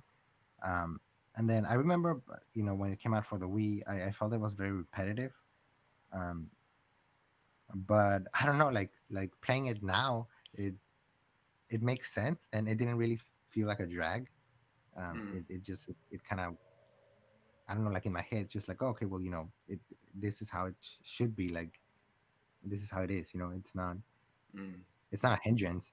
Um, so yeah, I think that was very it was very special because again, like I mentioned, I didn't really like Skyward Sword before, and so being able to revisit it now, after all these years, it did give me like this new look on this game, um, and it really does. I don't know, like it really holds a special place in the series just because it is, you know, whatever, no spoilers or anything, mm-hmm. um, but yeah, it's a really good game, and it's one of like the, I don't know, 4 games that I played last year. So, but yeah, it's a really special game. I do agree with you though, Ray. I know you mentioned it in your shoutouts. Mm-hmm. The motion controls. Um, it's very clunky in some, with some of the items, um, and it is a drag in with some certain battles. Mm-hmm. But overall, it's a really good game. Girahim, how could I forget Girahim? It Ooh, gave us Girahim, so that alone, gear him. I don't know, like I don't think we had ever seen a character like Girahim in the Zelda franchise, or at least that you know animated. Um, but um, but yeah, it's a really cool game. And that's my top two. That's my number two. Sorry. Nice. I like it. I need to play that game. Fake fan. All right, Luis, your All number right. two. All right. So my number two is uh, Resident Evil Village. Resident Evil 8 Village. Um,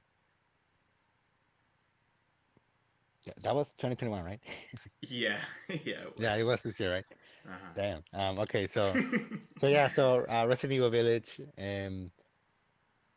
Man, I don't know, like this, the experience of playing Resident Evil Village, like it's so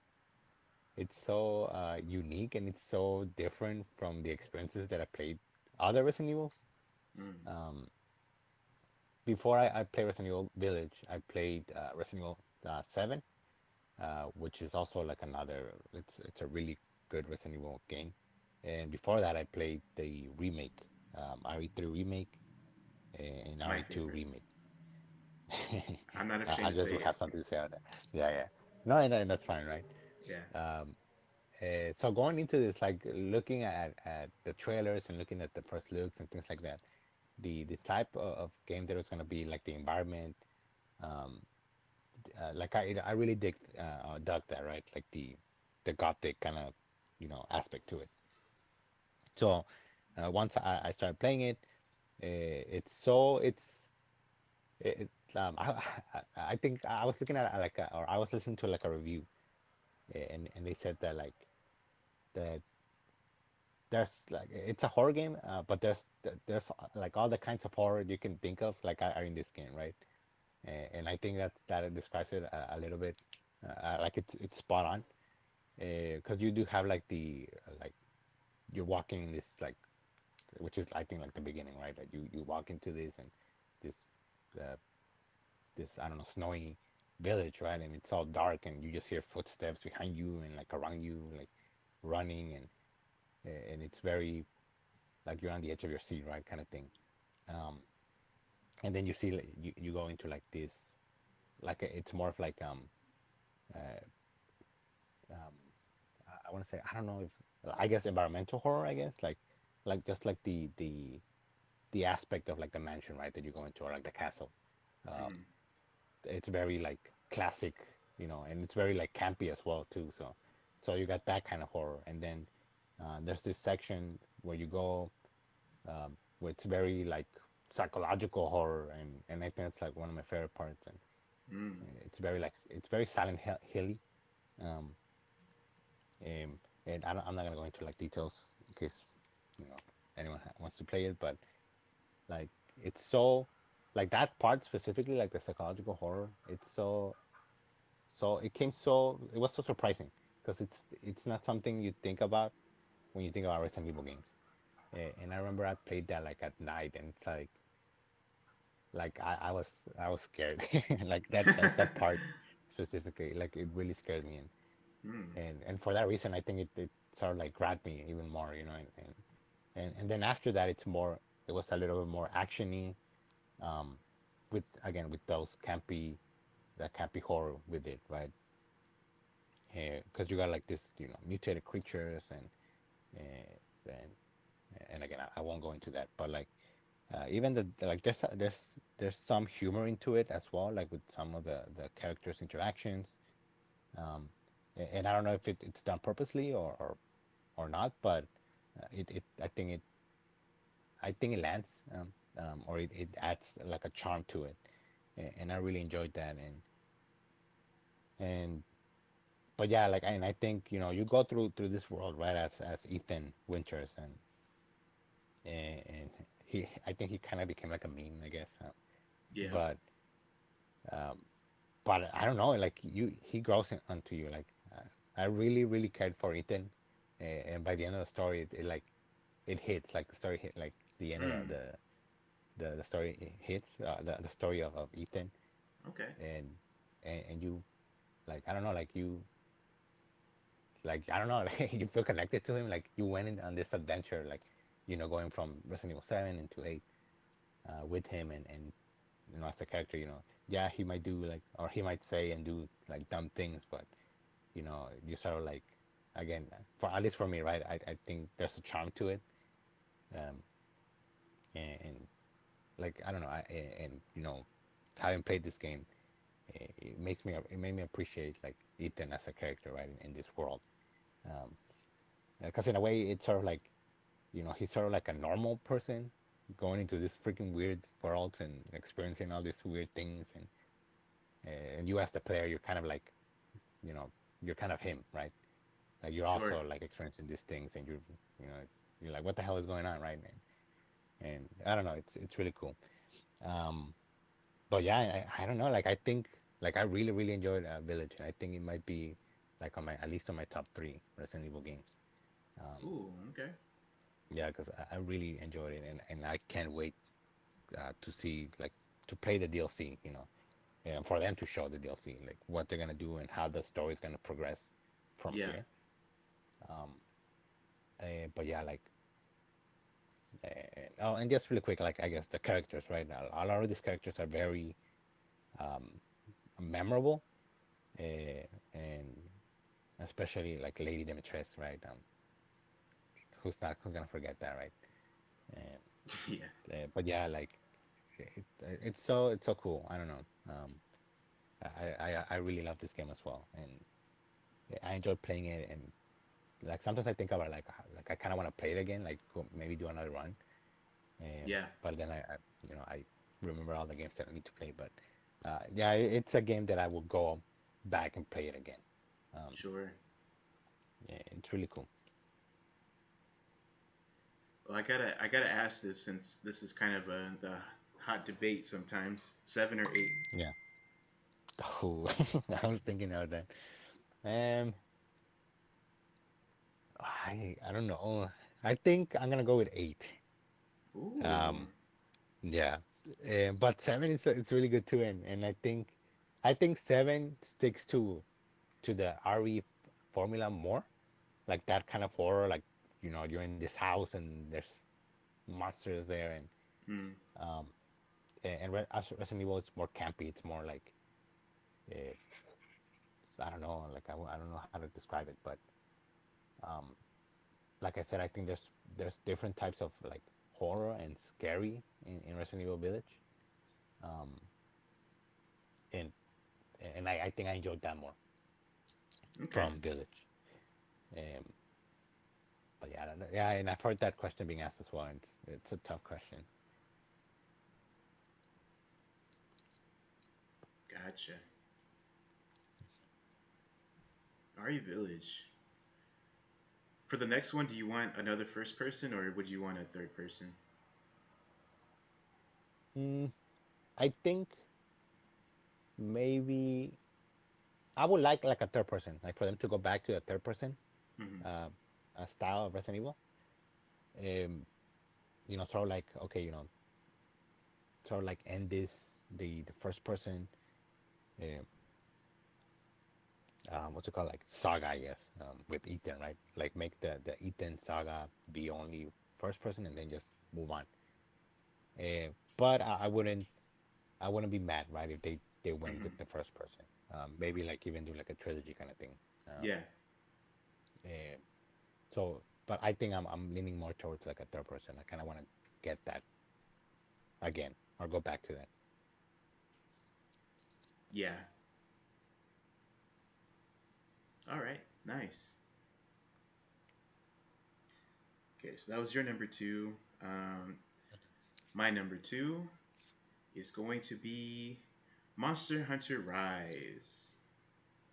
Oh, So, Monster Hunter Rise is number two because Monster Hunter is just so much fun.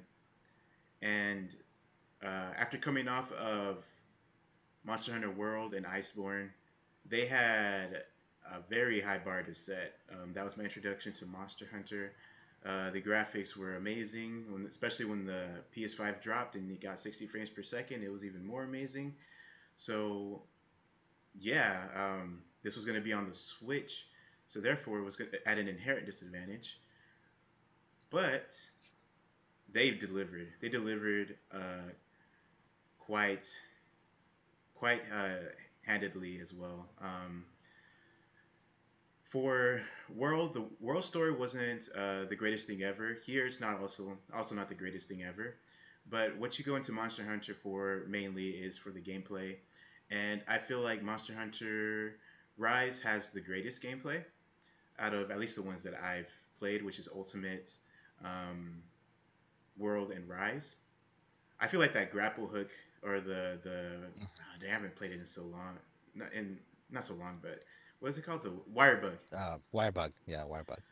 The the variety the wire bug brings to the table for Rise, I feel like carries a lot of um, what this game does differently compared to World. It's so versatile. It helps you in combat. It helps you out of combat. And it's just really fun to use.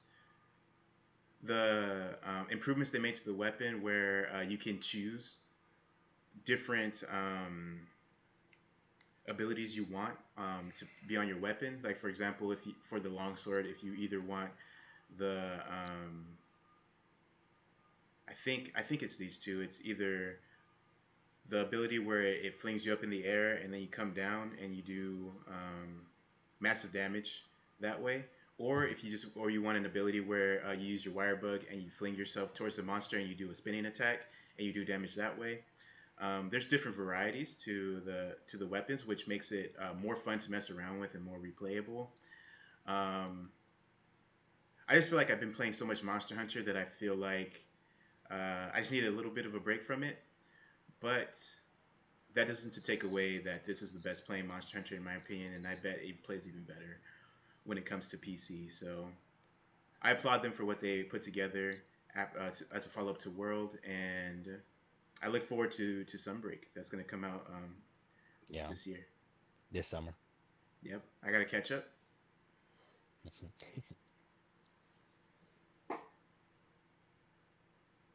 Okay, so that leaves us all with number ones, right? Yes. Yeah. Okay.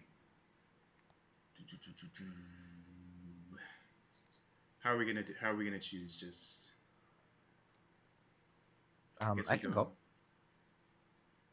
All right, Jose, you go ahead and share your number one, sir. All right. So for my number one, I chose new Pokemon Snap. New Pokemon um, Snap. yeah, I had to represent Pokemon since y'all are bashing it out here. I gave it a shout out, but uh, not the traditional one. well, I mean, I didn't shout out Diamond, Brilliant Yeah, Brilliant Diamond. Diamond. Um, Wow. You I didn't mention didn't. it at What all. the freak? Yeah, that's crazy. Yeah, I mean, it was a letdown. It was all right, but Hmm. they could have done much more. But anyways, Now they did deliver with new Pokemon Snap, in my opinion, Oh, okay, okay, okay. and that's why it's number one. Um, Pokemon Snap. I feel like for me, the my picks are all kind of um, just looking back.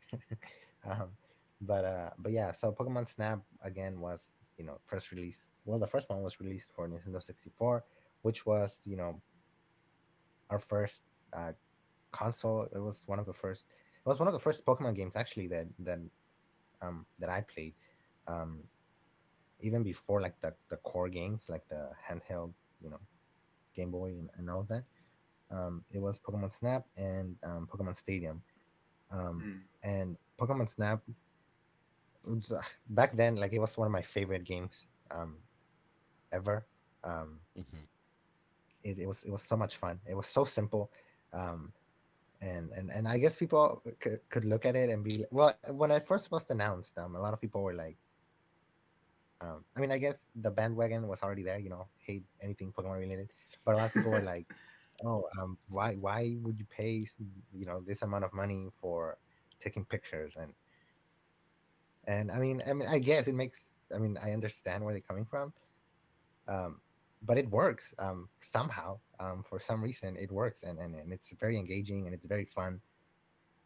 Um, it's a very uh, it's a very chill game. I remember when it first came out, like I don't know, I could spend hours just taking pictures. Like it wasn't, I wouldn't get bored. I haven't mm. revisited because I know that they added more DLC, um, and I haven't gone to play it yet. But but yeah, like its replayability, it's pretty high, and especially if you're a completionist, it's something that you look forward to. It's something that you want to complete, um, and and the reason why I said this one delivered is because it improves upon the first one, um, and it adds more, and and as it should, just because plenty of years have passed, so obviously you expect some sort of upgrade or update to the gameplay and the graphics, etc. Um, and and yeah, and it gives a nod to the original, with uh, Todd coming back. Spoiler, I guess. um, but but yeah, it's a really solid game, and I did enjoy it. It really did take up a lot of my year last year, just because it was so much fun, and I do hope that we get more games like not like Pokemon Snap, but just um, I don't know, like revisit some spin-offs that are beloved and are you know were great back then, and hope we get to see more of that. But yeah, Pokemon Snap, it's my game of the year, my personal game of the year. Wow. Cool, man. Um, I need to play that game too. wasn't developed by Game Freak. Exactly. Exactly. Bandai. Bandai. Raises some questions, but yeah, it's a really pretty game, and a lot of people did like the graphics, which it makes sense because it is a photography game. So the bare minimum is nice graphics, right? But they did do a good job. Uh, Namco Bandai, actually, I think. Um, so yeah, hopefully we get more partnerships with them. Yeah. I haven't seen you guys play it in person, but from what I've seen of the game, especially at nighttime and things start glowing and stuff, I can see Hmm. anybody get mesmerized and just like, wow, this looks amazing. Yeah, it's a really pretty game. And I think one of the biggest appeals of just Pokemon Snap is that you are so used to seeing them, battling and whatever in the main games. This is probably the only game where you really get to appreciate Pokemon, I guess, in their natural habitat. Mm, It's kind of like a reminder, like these are wild, quote unquote, animals, if you will. And yeah. so they live, in the wilderness, and they, they behave like animals, right? They're not just fighting. Um, and so you get to see the different environments and the interactions. It's really neat. It really expands on the Pokemon universe, um, in a really nice way. And yeah, Yeah. Tintin. I like it. I like it a lot. Um, All right. for for the thing, I would say we go in the order that the draft was. Makes sense since Jose went first. He was last place. Sorry, Jose. Um, Yeah, I don't know what. I was second, so I'll go second, and then Luis, you were first place, so you get to cap off the episode with yours. All right. Sounds good. Okay. All right. So my number one, you guys can probably guess which one has not been shouted out yet. That was very important to me this year. Say it all together. One, two, three. Metroid Dread. Metroid Dread. Yeah. Pokemon. Ah, Okay. Pokemans. Yeah. Yeah, So Metroid Dread. My guy. Metroid Dread, surprise, surprise there. But so my team name for our draft, I made it in the beginning of the year. Did not know if we were gonna get any Metroid content. It was Justice for Samus Aran, Damn, that's true. and Samus Aran has been given justice this year by Justices. Nintendo. Justice has been served, and it's so sweet. Like it's a 2D Metroid game, which off the bat puts it at a slight disadvantage, I guess, seeing as 2D games in general are seen as lesser production value than your Right. 3D action game.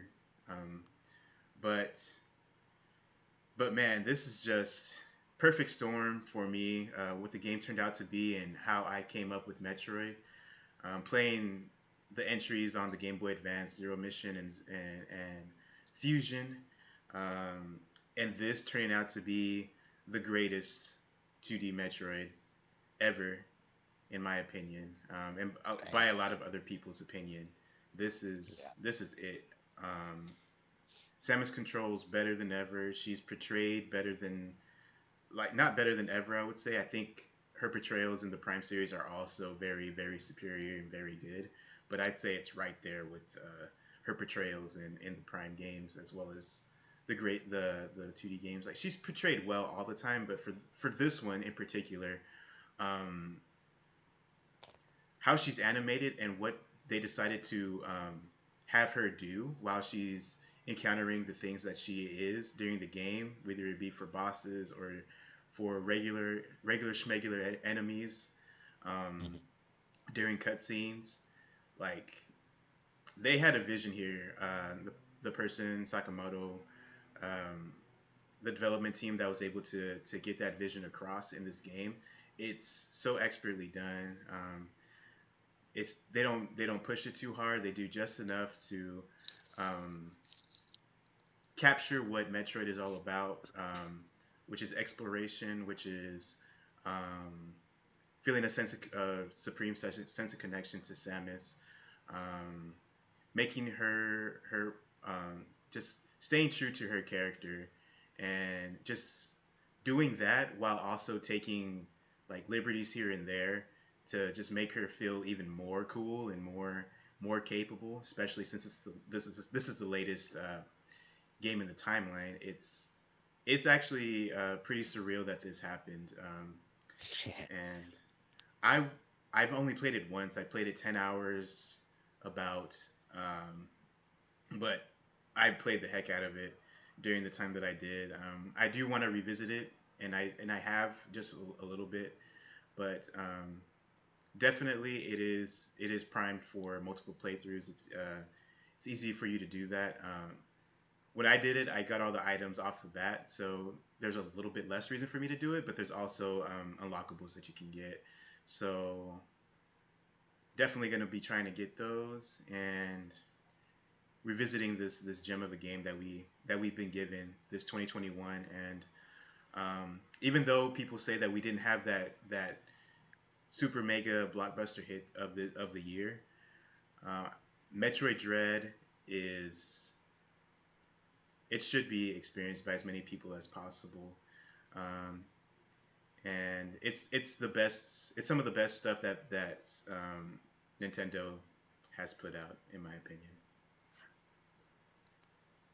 Wow, dude, that makes me so much more excited to play it. I want to play that game. Yeah, I look forward to you playing it, man. You get to play it on the OLED too, supposedly. Yeah, That's your plan. So, man, you're gonna yeah, have a ball, especially since you played the previous ones too. You played Zero Mission, you played Fusion. mhm, yeah. You're primed and ready. I'm ready. My body is ready. Your body is ready. So for you, it's the best 2D Metroid. It's the best 2D Metroid. Hmm. Hmm. Okay. Yeah, because that's also like Best. I've seen like a debate going Oh, around, really? like yeah, like Metroid Dread or like I know a lot of people like Fusion and even Zero Mission or Yeah. even Super Metroid. Super I Metroid. think Super Yeah. Metroid is up there too. Hmm. They're all fantastic, but I feel like Dread just it takes the cake out of all of those.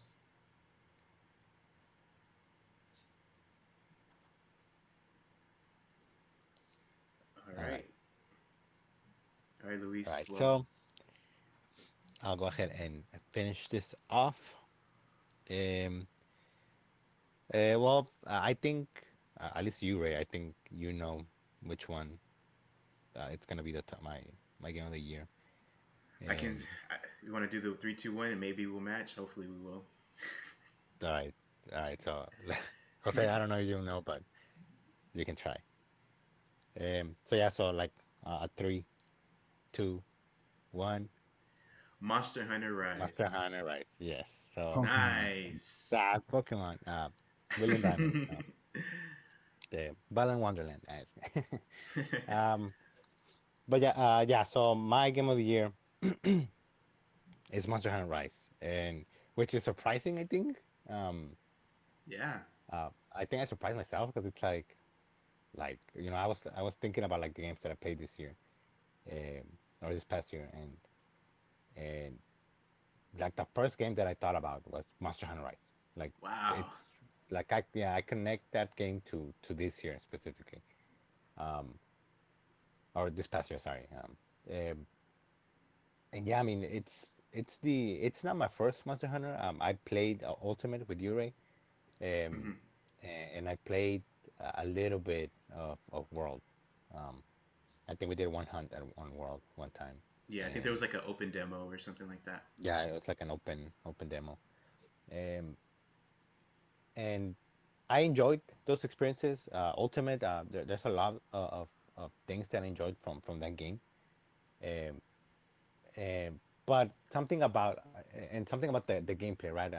And it's very different, right? You play Rise and then you play Ultimate. It's like I feel like for people who are barely getting to play Monster Hunter, it's gonna be like whoa, like it's very different, like how you play those games.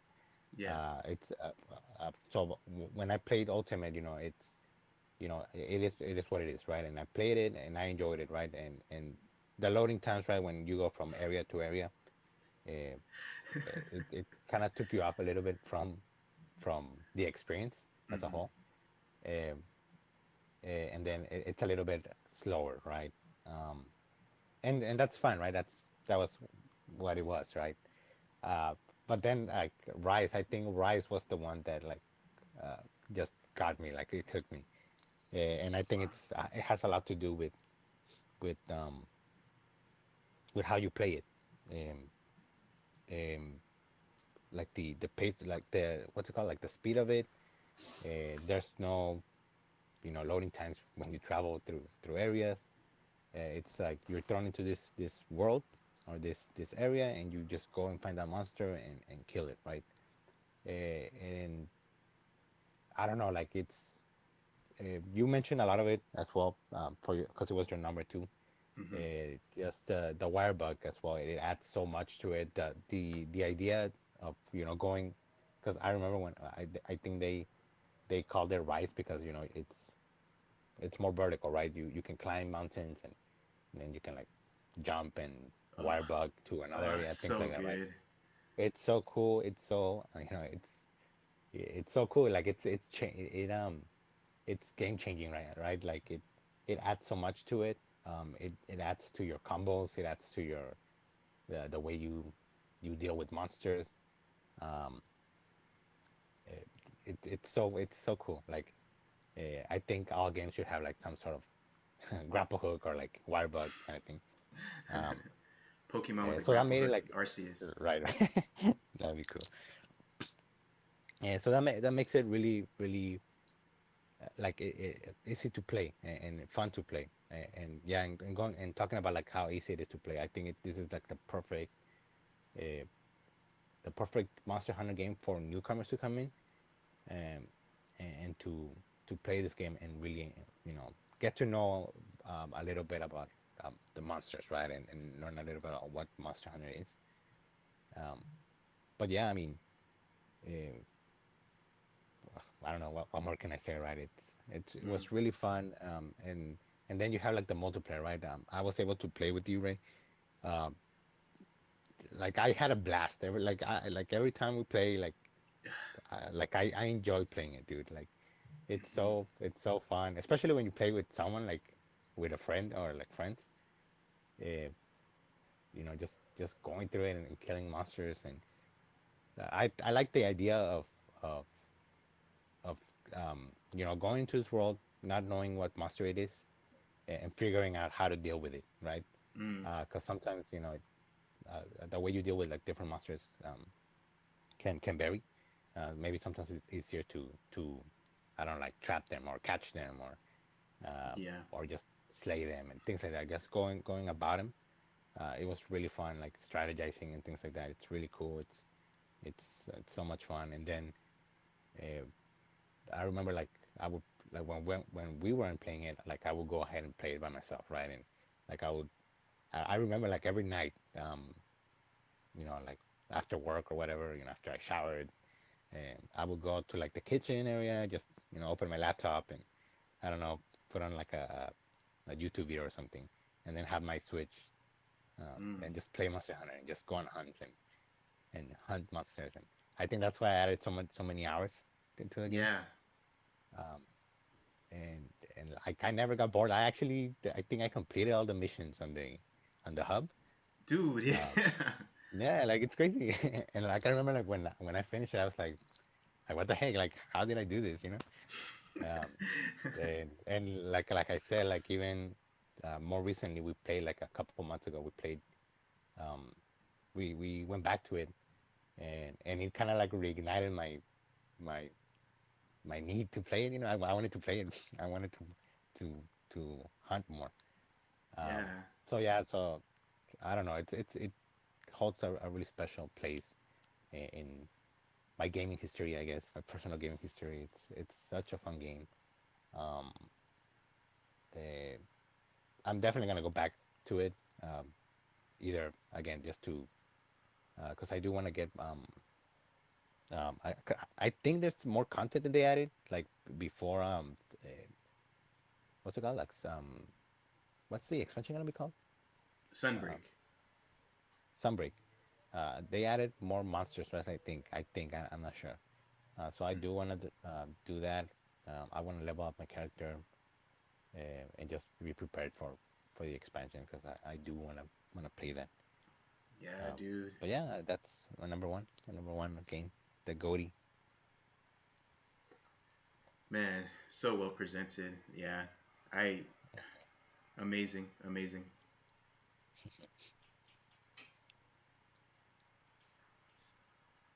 All right, guys. Well, that was a fun episode.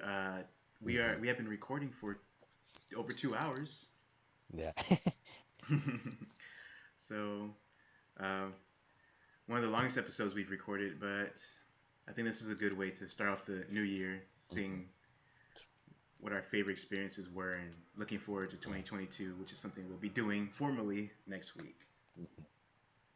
Yes. All right. Well, listeners, thank you for watching. We have been Roll Jump Media.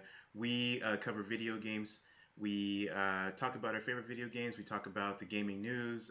We haven't really been talking about gaming news so much recently, but I do plan on getting those stories together and discussing those topics because I feel like that's something that's been missing for a while. We just kind of been shooting from the hip, just doing what we want. But I think the news segment should come back and we should be having those discussions. Um, Aside from that, we also have a Twitch. We also are on social media. So if you would look us up on your social media websites that you visit, Roll Jump Media, we should pop up, and we'd like you to be part of our community and give us a follow. Thanks for watching. And before we sign off, do my co-hosts have anything to say? Thank you for tuning in. Till next time. Yes, thank you for a wonderful 2021. If you listen to us, thank you. And yeah, hopefully we have a better year uh, of gaming in 2022. Those gaming events were kind of lackluster the last year. Hopefully this year they're bangers. Yeah. Yeah. All right. Thanks, guys, and we'll see you all on the next one.